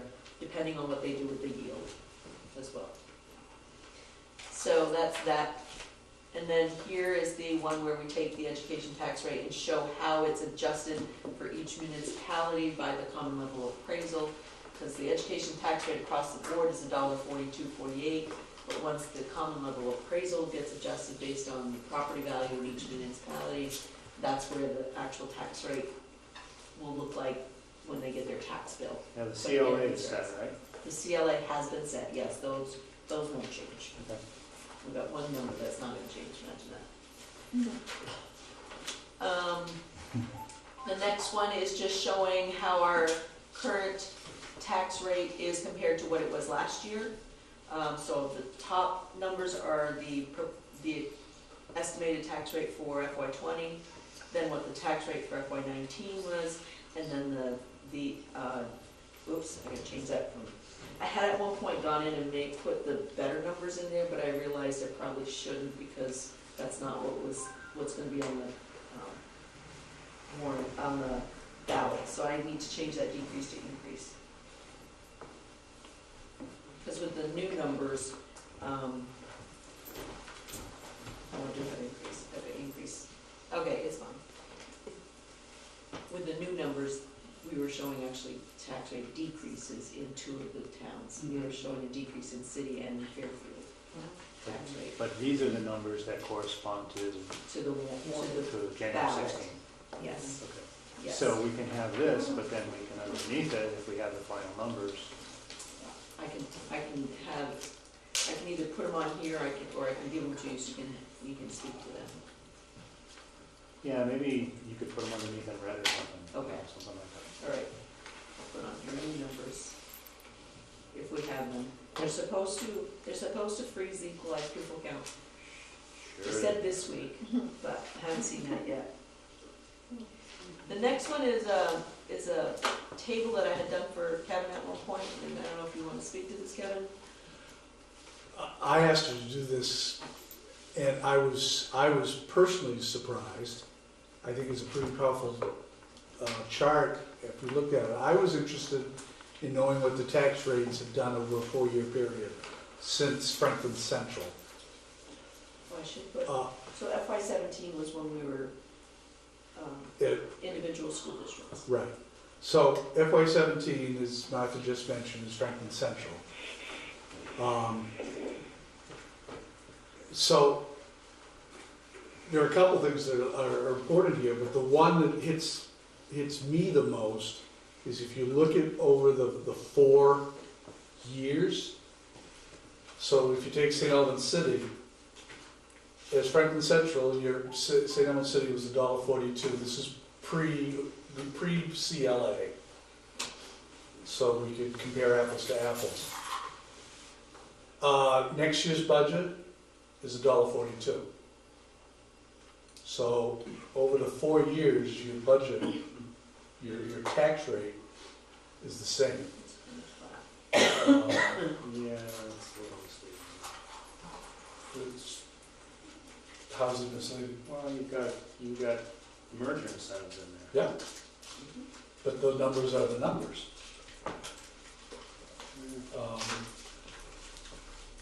St. Albans Town. I guess it depends on what you're trying to. And we've actually said, you can't see it because of that thing down below. Says it in the. Brenda, can you get rid of that? Include merge incentive. Yeah. So, So if you look at town, it was $1.46. 4 years later, it's $1.42. And yes, it includes the incentive, but That's the tax rate. that's your tax rate. And that is lower tax rates, lower incentive every year. In Fairfield Town, it was $1.45, and it went to $1.42. So whether or not this is information that you think would be helpful or not, that's up to you to decide.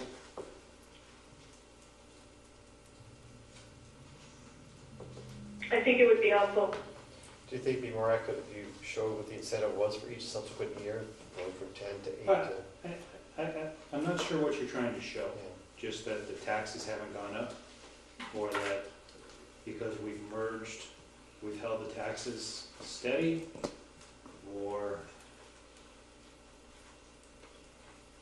so far, I would say yes. Yes, and yes. I think the question people will have is, what's going to happen 2 years from now?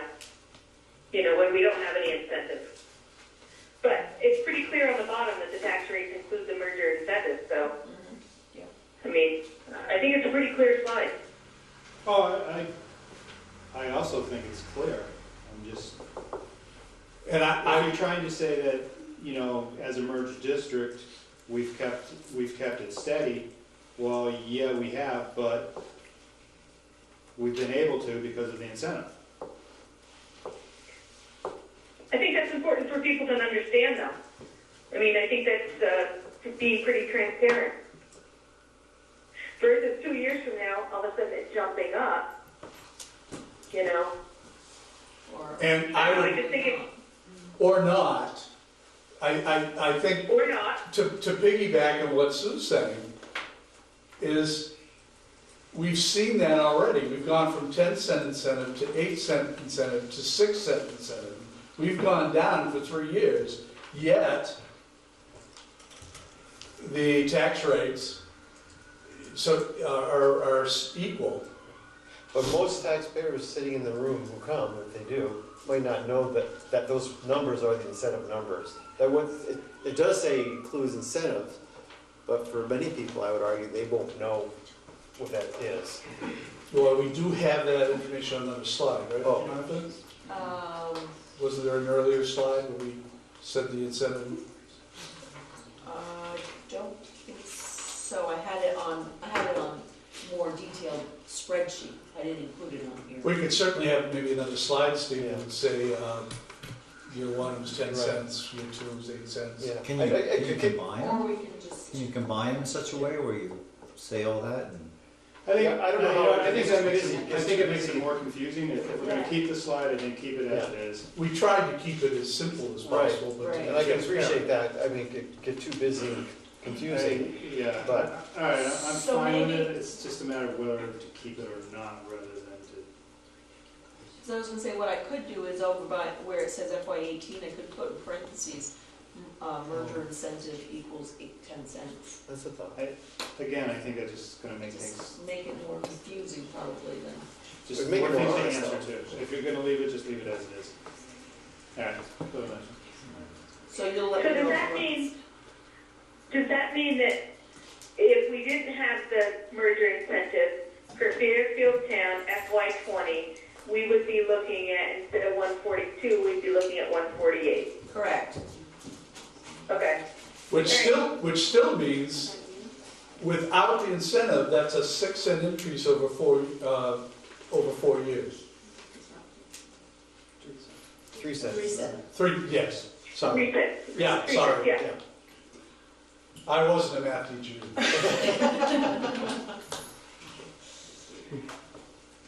All right, well, somebody will let me know whether or not to leave it in or pull it I just before told the you. presentation. what'd you tell her? Okay. Just leave it. Okay. And then the next 3 slides are just showing, like I've done in all the years past, what the estimated impact is for this tax rate. And again, this is the tax rate where I think may be actually lower. So these might be, the increases might be even less than what I'm showing here. Okay, so is this another one that you could put in red, maybe what they might be, if we know the If numbers? we get better numbers, yes, I can do that. So don't replace them, but just. Yes, I'll Yeah. just put them. Okay. Yep. So that shows the impact for each of the towns. Those are the 3 slides. Then I have a slide, like a whole spot, 'cause Mine's I'm not blank. sure how the bond information is going to be presented. I don't know if it was gonna be a separate presentation, the same presentation that's being done out at the, Who's doing it? I'm looking to see with some, Oh, BFA. BFA. Oh, the presentation. Okay. yes. Yeah, it would be Laz and me and maybe Dino, David and Lisa have been part of the committee, so it would be some combination, obviously, if any central office administrator wants to be part of it, I think we'd welcome you for any financial questions, and certainly Dr. Durden. Right, so my question or my thought is that we would do either the bond one first, then the budget presentation, or vice versa, but have them be two separate But the same night, presentations. piggyback them. Absolutely the same night, because they have to both be done that same night. So my gut says do the budget first. And then the bond presentation after. Yeah, because people should know how much their taxes are gonna go up before you start presenting bond presentation to them. So I think what I'll do is, on this slide, is I'll just put presentation following the budget presentation. Or just take the slide right out. Yep. I can do either.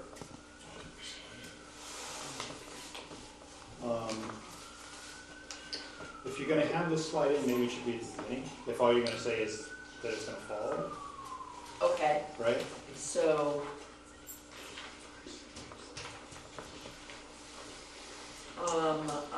On the agenda maybe? Yeah. I'll just put on the agenda one of the last items saying bond presentation Yes. after, okay, so it would be actually at the end. Mhm. Okay. Yeah, you have bond issue in the agenda now, just move it Right, to the because end. it was this page, so I'm just gonna move it to the end of the presentation. Right. Okay. That works. Then the next slides just show the different ballot items. We'd just like to reiterate what the ballot items are and who may be on the ballots, possibly. I do that for the clerk and the treasurer because it's the only person on there and that person is seeking re-election. But when it comes to the board members, I haven't included any names. Let me go back. I don't think you should. Okay, but I just have each of the articles as they are presented on the ballot. Okay. And then we get to the different ones for the school district, which are the allowing the borrowing for anticipation of funds, the capital improvement fund, which just asks them to allow us to move any current fund balance into the capital reserve fund. Then there's the school budget article, and again, I've got this little box at the bottom, which I may leave there. It just says that because that percentage is the one that everybody's going to be looking at, I don't know if that's helpful or not, but Yep, that's fine. and I will make sure that whatever is here is what is. So can you, that the box on the bottom of that in the two previous slides where it says this will not add to your tax bill, Yeah, can we make that a different color? okay, yeah. Do you want it like, Like bright red or something? Red, yellow, something that jumps out. okay, yep. I can do that. Great idea. Yep. Take my notes, because otherwise I won't remember. We get updates from the highway? Okay. And then here is the ballot item for the construction bond. It's just exactly what's on the ballot. Yep. And then there's just the information on early voting, absentee ballots, and then the polling places. And then the final slide for questions. So basically, I just want people to look at it and see if I have any typos. But other than that, I think I've gotten direction from the board to have for the 27th, That was my next question. the 7th of February. 227?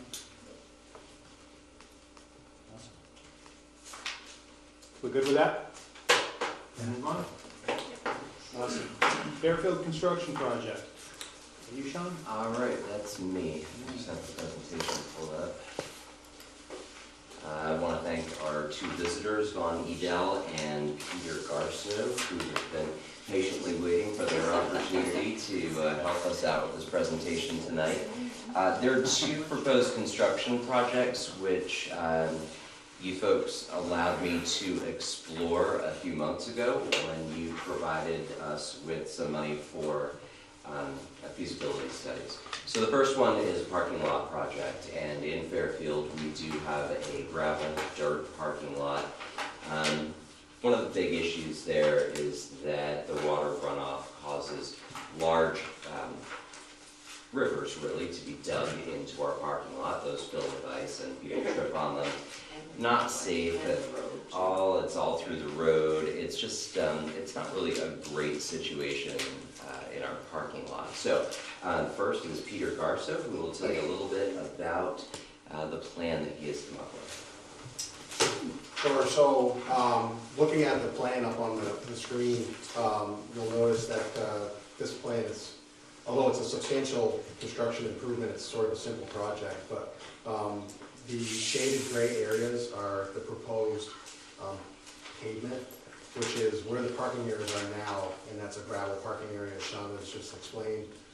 So that pavement will include striped parking delineations, and also the section that you see on the upper shaded area that has some larger spaces, that's the bus parking area. So that'll be a heavy-duty pavement. And one thing to note is that although this is, the gravel that's there now is adequate for parking vehicles, it's not adequate to pave on. So we'll have to rip that out and bring in some structural base. So that gravel that's there now has to be removed. Which, the whole, all parking spots, or just the one in the back? So where that's shaded in that darker gray. So everything right now that's gravel, that's not paved, that's going to be paved, would have to be reconstructed is what we call it, but the existing gravel taken out, new crushed stone product brought in. So that's the part that backs up to the playground? Yes. This one here backs up to the playground in the middle. This here backs up to the sugar house. And then this goes straight out to the road. This is where our buses go in the park. And that all has to be dug up? All of it and all of this. Okay. All right. So as I said, it's sort of a simple project for paper, although it's still a substantial investment. When you look at the right side of the plan, is just our construction details. That outlines the section of the pavement. You'll notice up top, there's two sections. One is just what we call a light duty, which is typical cars for a parking area, and the heavy duty parking section on the right side of that is a heavier duty section for the buses. And we have some, I think we're putting in a concrete dumpster pad, some landscaping around that, and some sidewalks. So those are just the rest of those construction details. So if we go on, we are looking at the probable construction costs. And when you take them all into account with the 15% contingency for overage, that project comes to $171,726. The next project, or would you like to stop at this project and ask further questions before I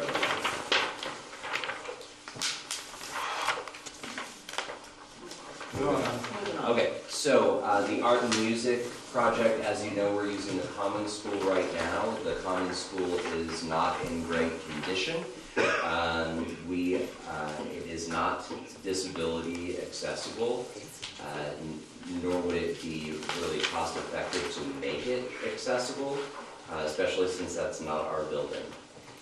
One of the big issues with using the common school is, of course, the children having to go in rain, sleet, and snow, all weather conditions, up and down the scary icy hill, and having to get dressed in their snow gear, which, of course, for younger kids means 30 minutes of pain and suffering for the teacher, plus the walk down, plus getting out of the clothes, plus redressing and coming back up. So we're losing a lot of instructional time. Not to mention they're right next to a road that has a blind corner, and children sometimes bolt. They take off, and when that happens near that road, as happened last year, we have teachers who have to fly through the air to try to tackle them to the ground so that they don't end up in the road in a dangerous situation. We'd rather not put them in that situation at all. Having something closer makes more sense.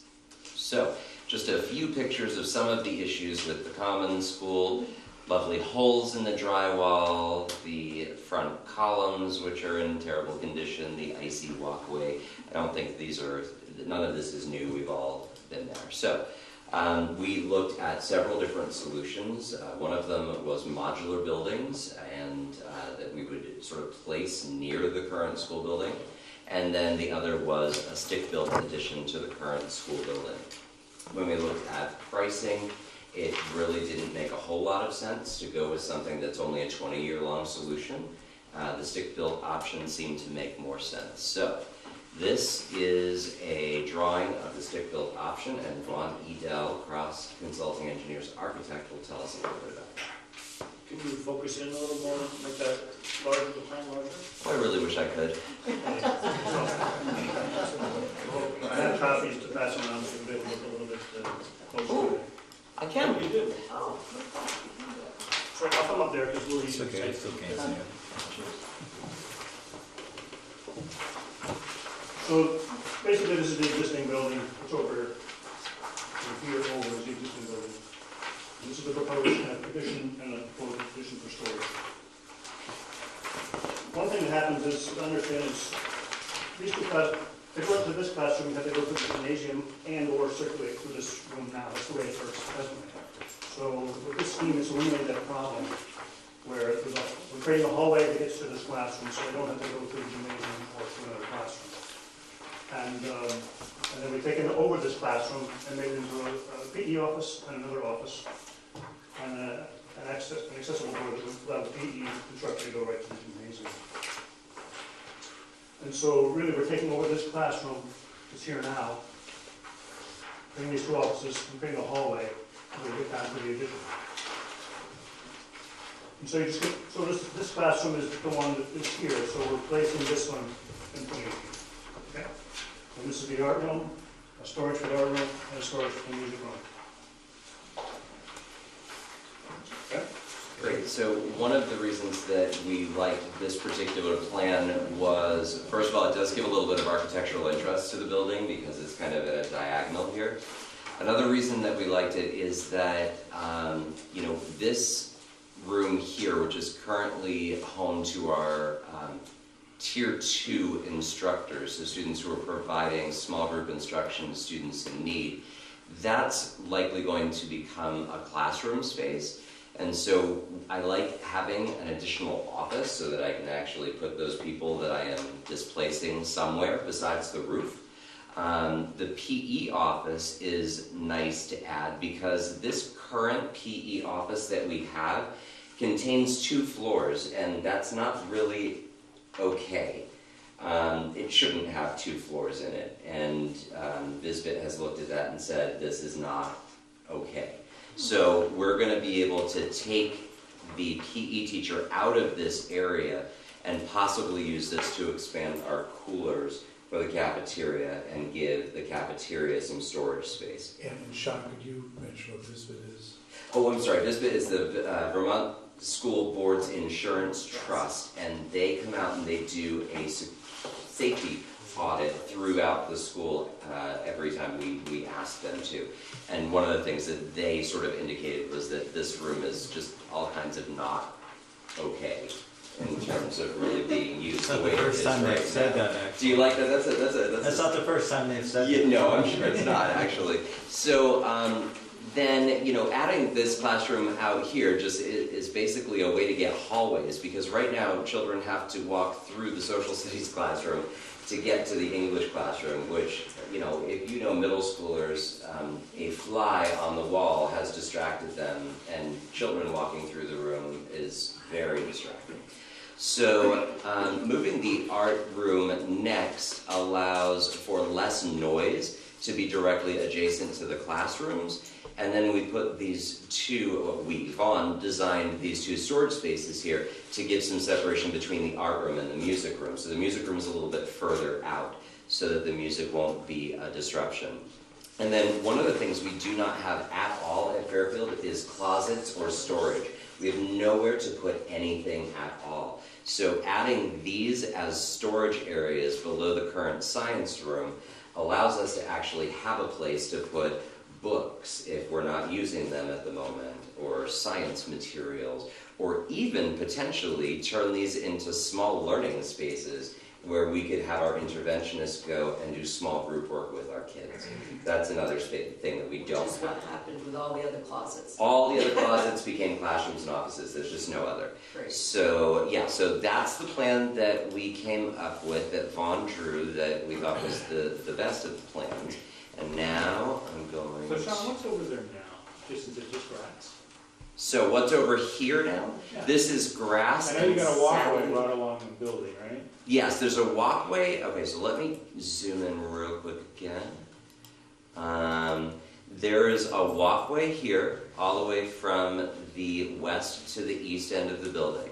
So, and then over here is all grass, and this is our property here. There are sadly some lovely big maple trees right here that are probably going to have to come down, and we know that, we hate that, and we're hoping that we're going to be able to convince the tech center to help us turn some of those maple trees into some lovely things that we can still use. Furniture, exactly. I'll be begging for that later if this gets approved. So the quick question I have is, Yes, I'm sir. looking at the two corners of that wing. Yeah. One of it appears to be pretty close to the driveway. Go on. This is actually, so if you look at our property, this is, the driveway kind of goes up here. So this is parking spaces here. So there's actually quite a bit of grass there. Okay. It's not like right up in the driveway. Okay, and then from the other corner, how far to the edge of the property? So that's one of the questions that we'll, answer if we get to architectural details, because one of the things we have is a survey that tells us exactly how much land we have, and effectively we own right up to the back porch of the gentleman who owns the little house right there. Okay. We don't want to build our school onto his back porch, so we'll have to be careful of that. I don't think Fairfield zoning would allow us to get that close to the property line.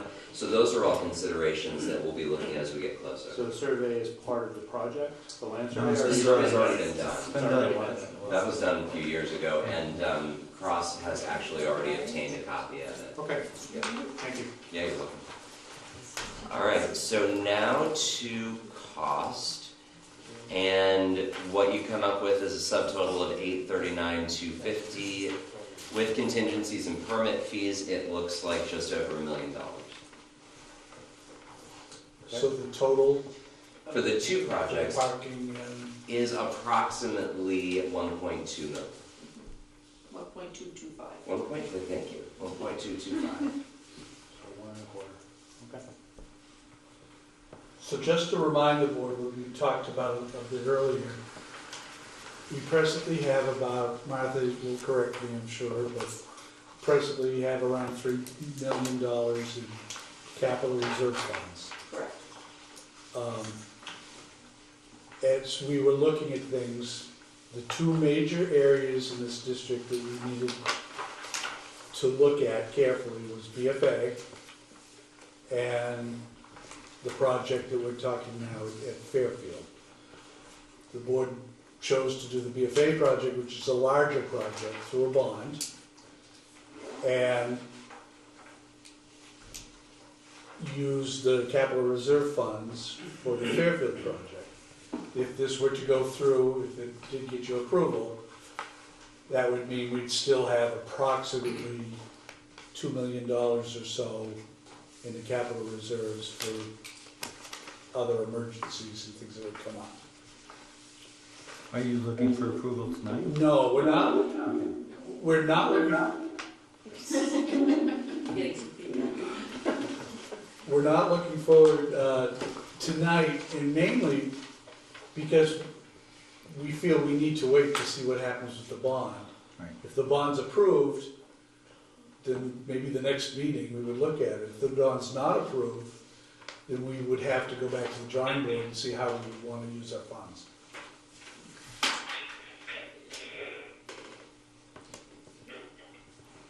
Makes sense. Yeah. Good. I gotta tell you, I like it. I like it a lot better than the modular. Yeah, so do I. This is, And the price difference was really not that much of a difference. So the modulars actually have a 20-year lifespan. They don't last longer than that. And in our weather, you can't It'd be less than that even. It could be. And the modular would be separate, you still have to get kids in clothing, or could you attach it? It would be separate, you can't really attach it. Right, so you still have the issue of getting the kids in snowshoes, or snowsuits, snowshoes perhaps. Snowshoes, yeah. So Sean, just real quick, the square footage is well underneath the requirement for a storm pond, right? That was a big issue in the past. Maybe that's a question for the architects. That would be a question for the architect and the engineer, for sure. So there's no storm pond that's. Well, those would be things that we would finish flushing out if in fact we move forward with this. Okay. And we know if we went with the modulars, there's something in the codes that says they have to have restrooms in them. They do. And then we're having to tie into the leach field, and now we're having restrooms, and you know all those issues with leach field and Fairfield, so we'd rather not touch that every yeah, we like this. Yeah, yeah. This is better. You don't have to sell it to us. Any other questions on this? Anything else? Just timeline. If we do approve it after town meeting day, what's the timeline? When? So, Vaughn, maybe you can help with that. Well, there'll be a certain time for doing the whole design, getting the whole construction package together, and then sending it off for permits. And so I would think it wouldn't be till next year. It'd be probably the summer of 2020. 2020 or? After school gets out, 2020. Okay, thank you. Which incidentally would be the timeline generally for the BFA project. Yeah. Would be an interesting summer. Okay, anything else? What's going to happen to the current building? Was that, you said it's not owned by the school, so what? It belongs to Fairfield, so. Oh, just, oh, okay, sorry, I didn't know it was like a. Yeah, the property that it's on is town property as well, Gotcha, so. okay. Okay, we'll move on to negotiations update. We do have tentative agreements for the board, and I would be glad to discuss those in executive session. I don't think we can. Those negotiations are done in executive session. Well, no, they're not, but Well, it's not official negotiation. meeting, so. Are we talking about ratifying the contract? No, thanks a lot. You're welcome. Drive safe, everyone. The board has to sign tentative agreements first. TAs? Yes, TAs. My favorite thing, individual TAs for the different articles. Those haven't been signed? They've been signed by the association. They're in the packet to be signed by the board. Okay. So that's Really it? means looking. We didn't have the language written up that night. Correct. Because you finished so quickly? Yes, yes, we did, an hour and a half, Mr. Chair. So usually the Kudos to negotiating you guys. team signs TAs, right? Or is this something? Yeah, that's where I was a little confused. Yeah, that's what I'm a Well, little. it says duly authorized by the board, so we could either call our lawyer back in to sign them, or the board can sign them. We'll sign. Yeah. Okay, so that's gotta go to executive session is what I'm hearing? Yeah, you want a motion or? Because it's labor or C, does that require, yeah, it requires a finding.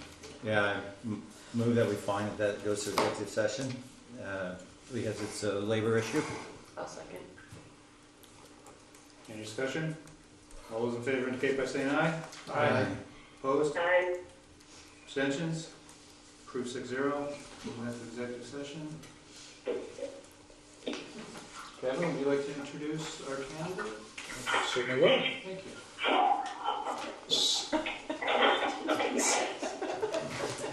So, as you all know, we have our challenges this year with hiring a lot of different people as we're moving forward. And because we already knew that one of those positions was going to stay the same, that would be the special ed director position, we were able to get moving on that earlier than we've been able to do with the others. We started the process of posting for the special ed director position before Christmas. Kathy was the chairperson of a committee We created a committee of administrators and of teachers who screened the candidates, interviewed the candidates, and eventually made a recommendation to me. Just for your information, the people on the committee, and Kathy, I probably need some help here, but as the people on the search committee was Chris and Kathy, who chaired it, Elijah Church, who's a special ed teacher at BFA. Did you read it all? Twice. Good, because it's pretty thick. Can I just start out by making the motion to accept the audit? Is it adopt or accept? Accept. Accept. Yeah, adopt is different. You gotta read it to adopt. I'll second that. So the motion, we have a second. Okay. So, I don't know if you've had a chance to look it through. If you have any questions, we did end up Jim? with an actual fund balance of $318,328. But of that fund balance, there are some restrictions, and that is all detailed on page 18. If you really want to know what the breakdown is of that fund balance. We did have one audit finding, and I will point it out. In our federal grants, we have a staff member that their salaries are distributed over multiple grants. And on a quarterly basis, we have to reconcile that with the actuals in payroll. And I don't want to make an excuse, but it really was when the person left our employment that was in charge of doing that, we assumed it had been done. And so we didn't go back and look at it, and it hadn't, and we noticed it as soon as the records were folded, and so it was corrected. And they do note in here that the correction was made, but it was not a finding. And it affected three of the grants. So that starts on the third page from the back. It's report number 4, if you want to read about it. You said it affected the grants. How did it affect the grants? We needed to reallocate the resources, so in okay. some grants we were able to collect more grant money, and other grants we had to I guess we didn't lose any money, did we? No. Okay. Put anything Thank you. That's what it was. We just need to reallocate it. Right. Other than that, unless you have any questions, there is a lot of information in here now that is required under the new GASB rules, which GASB stands for Generally Accepted Accounting Standards, something like that, which has to do with all the retirement plans that the state and the school districts fund. So there's quite a lot of information about that in here, which almost all this information actually comes from the state treasurer's office, and the auditors just kind of take the information and put it in the audit. So if you have any questions on that, go to the state treasurer's office, because I can't answer any of those questions. Okay. But other than that, this is the first audit of the combined school district. And so in my management and discussion piece, which is the first couple of pages, I do kind of try and explain that the information, the funds were consolidated, and there is more detail on the consolidation of funds, and it starts on page 39, I believe. 39 of the audit actually shows the balances as they were consolidated to the single district, so you can see where the funds were coming from to the consolidated school district. So I do have some bound copies. I have more in my office. I didn't want to bring out more than what anybody would take, because usually I bring out a stack this high, and I bring back to my office a stack this high. I was going to say, because they just fly off the shelf. But if somebody wants one and they've all been spoken for that are here on the table, just give me a shout and I will make sure you get one. I'll sell mine. Maybe you should autograph them. I was going to say it also will be posted on our website, and it's also in your board packet in a PDF file. So. Okay. We have a motion, second. Any questions from Martha? Discussion on the audit? All right, all those in favor of accepting the audit indicate by saying aye. Aye. Opposed? Abstentions? Yeah, 6-0. Other business, warrants. Motion to approve the warrants. Thank you, Mike. Seconded. Steve. Questions or discussions on the warrants? Hearing none, all those in favor of approving the warrants indicate by saying aye. Aye. Opposed? Abstentions? 6-0. Superintendent's report. Well, judging how fast Mike Malone's been doing his motions, I think I better keep mine short or I'll hear from him. You want a motion to table? I could do that. Thank you, Kevin. I do have one small thing, Always. and it will be. You will be getting something tomorrow from Brenda. It's actually from Lisa DeRocher that she asked to pass on to the board. It's maybe, Leanne, you want to talk about it versus me briefly? Sure. Is it interview day? It's what? Is it for interview day? Yes. So every year, Northwest Tech Center has an interview day for our junior and senior students. And typically we have it in our school. And this year we're actually partnering that with our Tech and Engineering Day, which is going to stay in our school. And interview day is going to move to the Collins Village Complex, thanks to Dave Kimmel and his crew. And so we are always looking for professionals to interview our students that are specific to the trades. So people in construction, people in the medical field, people in human services do mock interviews with our students. And there's some other activities that are going to be planned for the day, but for the most part, we're looking for people that can interview our students. So if you are interested, she has something on our Facebook page, and if you got an email, just respond to her. It's March 20th, all day long. You can either do a morning session or an afternoon session if you can't commit to the day. Great. Thank you. Thank you. Got some board and administrator handouts that I'm sure are going to be coming. Administrator reports. Let's start with Mona. So we're continuing to develop our 5-year teaching and learning plan. We're looking at common district-wide professional learning opportunities that are aligned to our continuous improvement planning process. We're setting up content area committees to enhance literacy, math, science, social studies, the arts, PE, health, and really looking at improving our practices, looking at the transferable skills within that curriculum,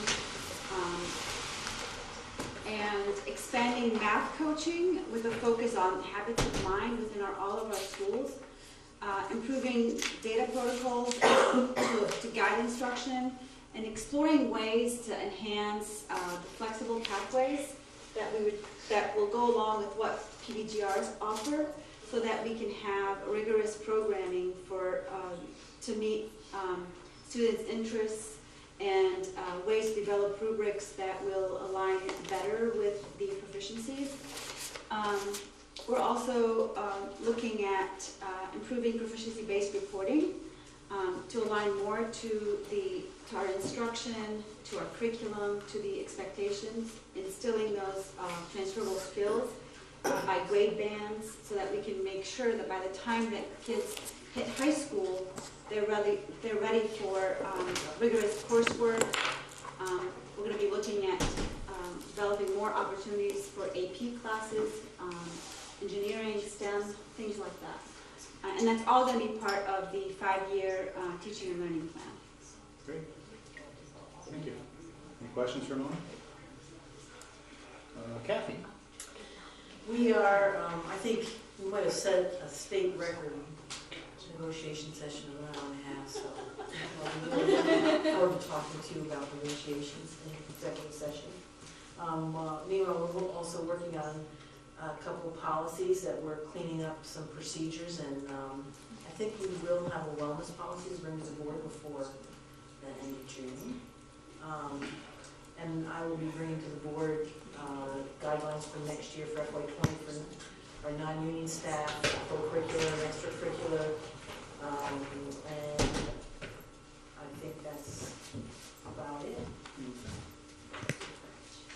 for Kathy.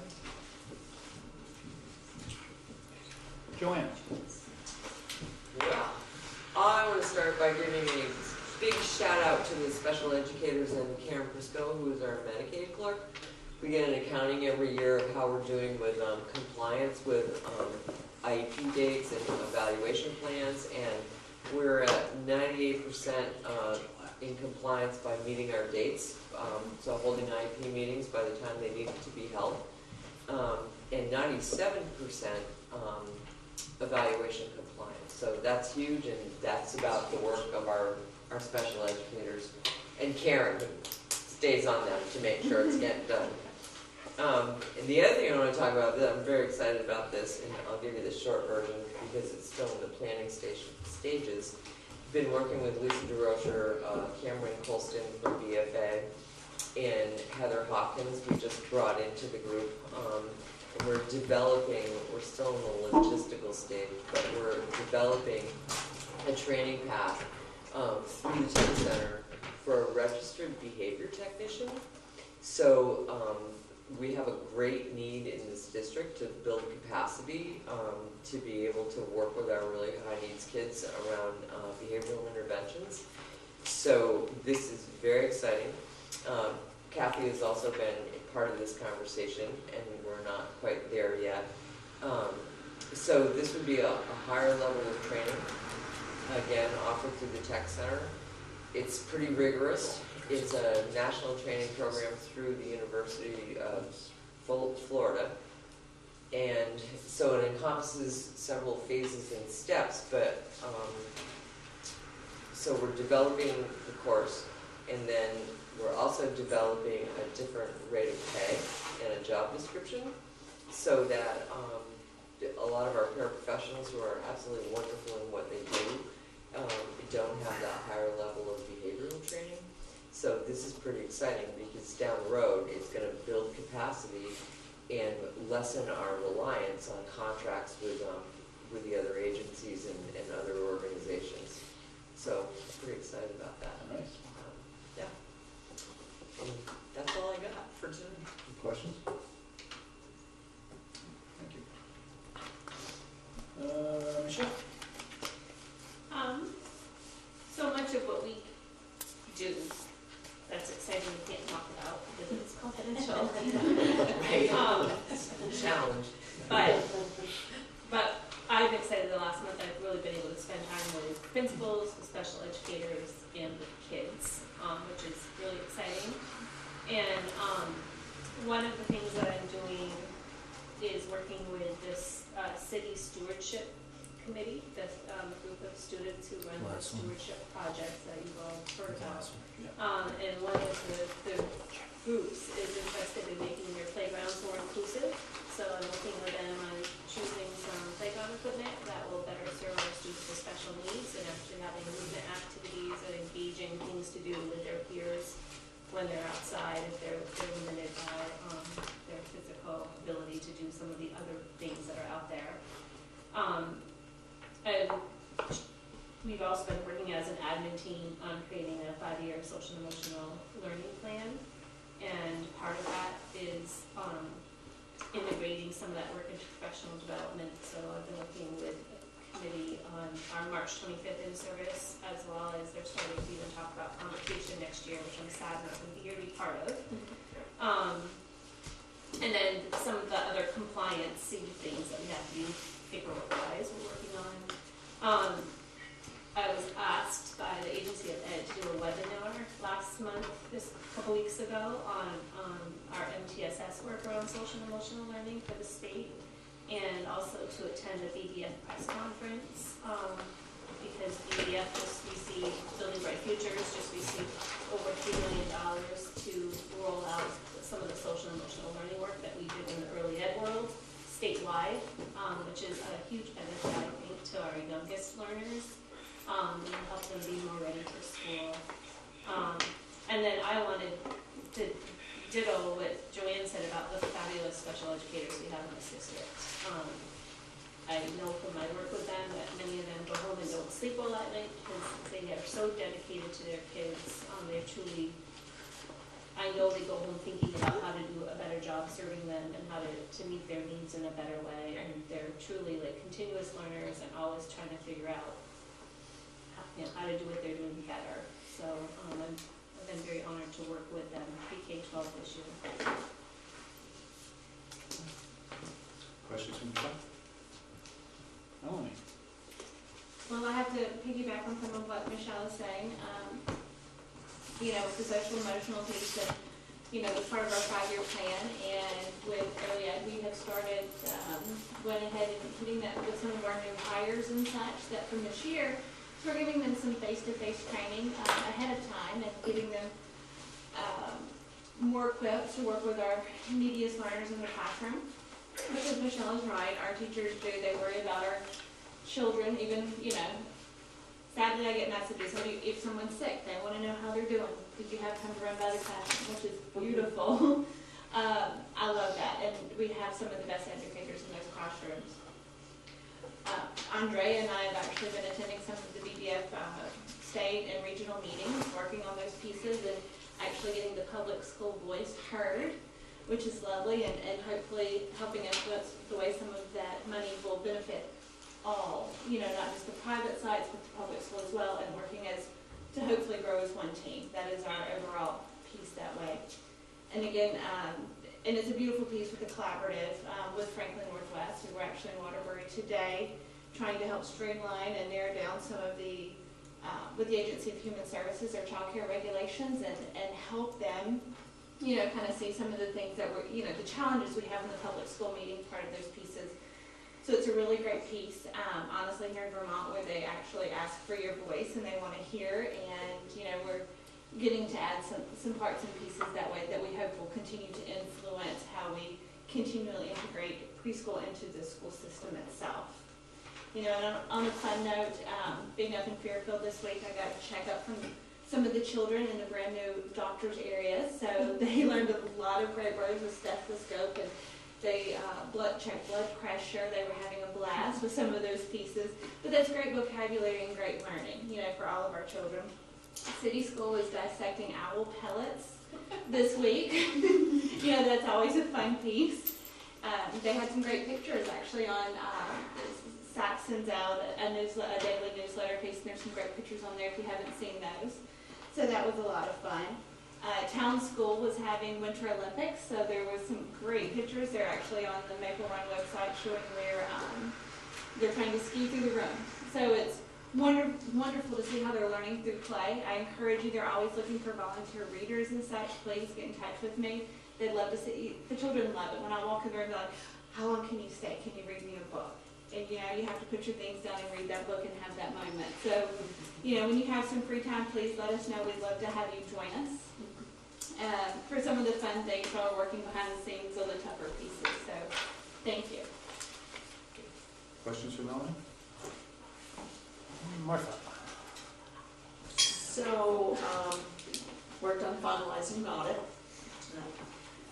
The business office were able to complete and distribute to all parties that needed to have distributed the W-2s for year-end, 1099s, 1095s. That was completed and sent out and met our deadlines. And besides that, the business office and HR department are basically all our spare time is working on the e-finance software conversion process. And so that's taking a lot of our free time, if you want to call it free time. But that's what we're doing. It's a lot of time. It's a lot of time. Questions for Martha? Thank you, Martha. Okay, got everybody, right? Agenda items for future meeting. Our next meeting is going to be at Fairfield, I believe.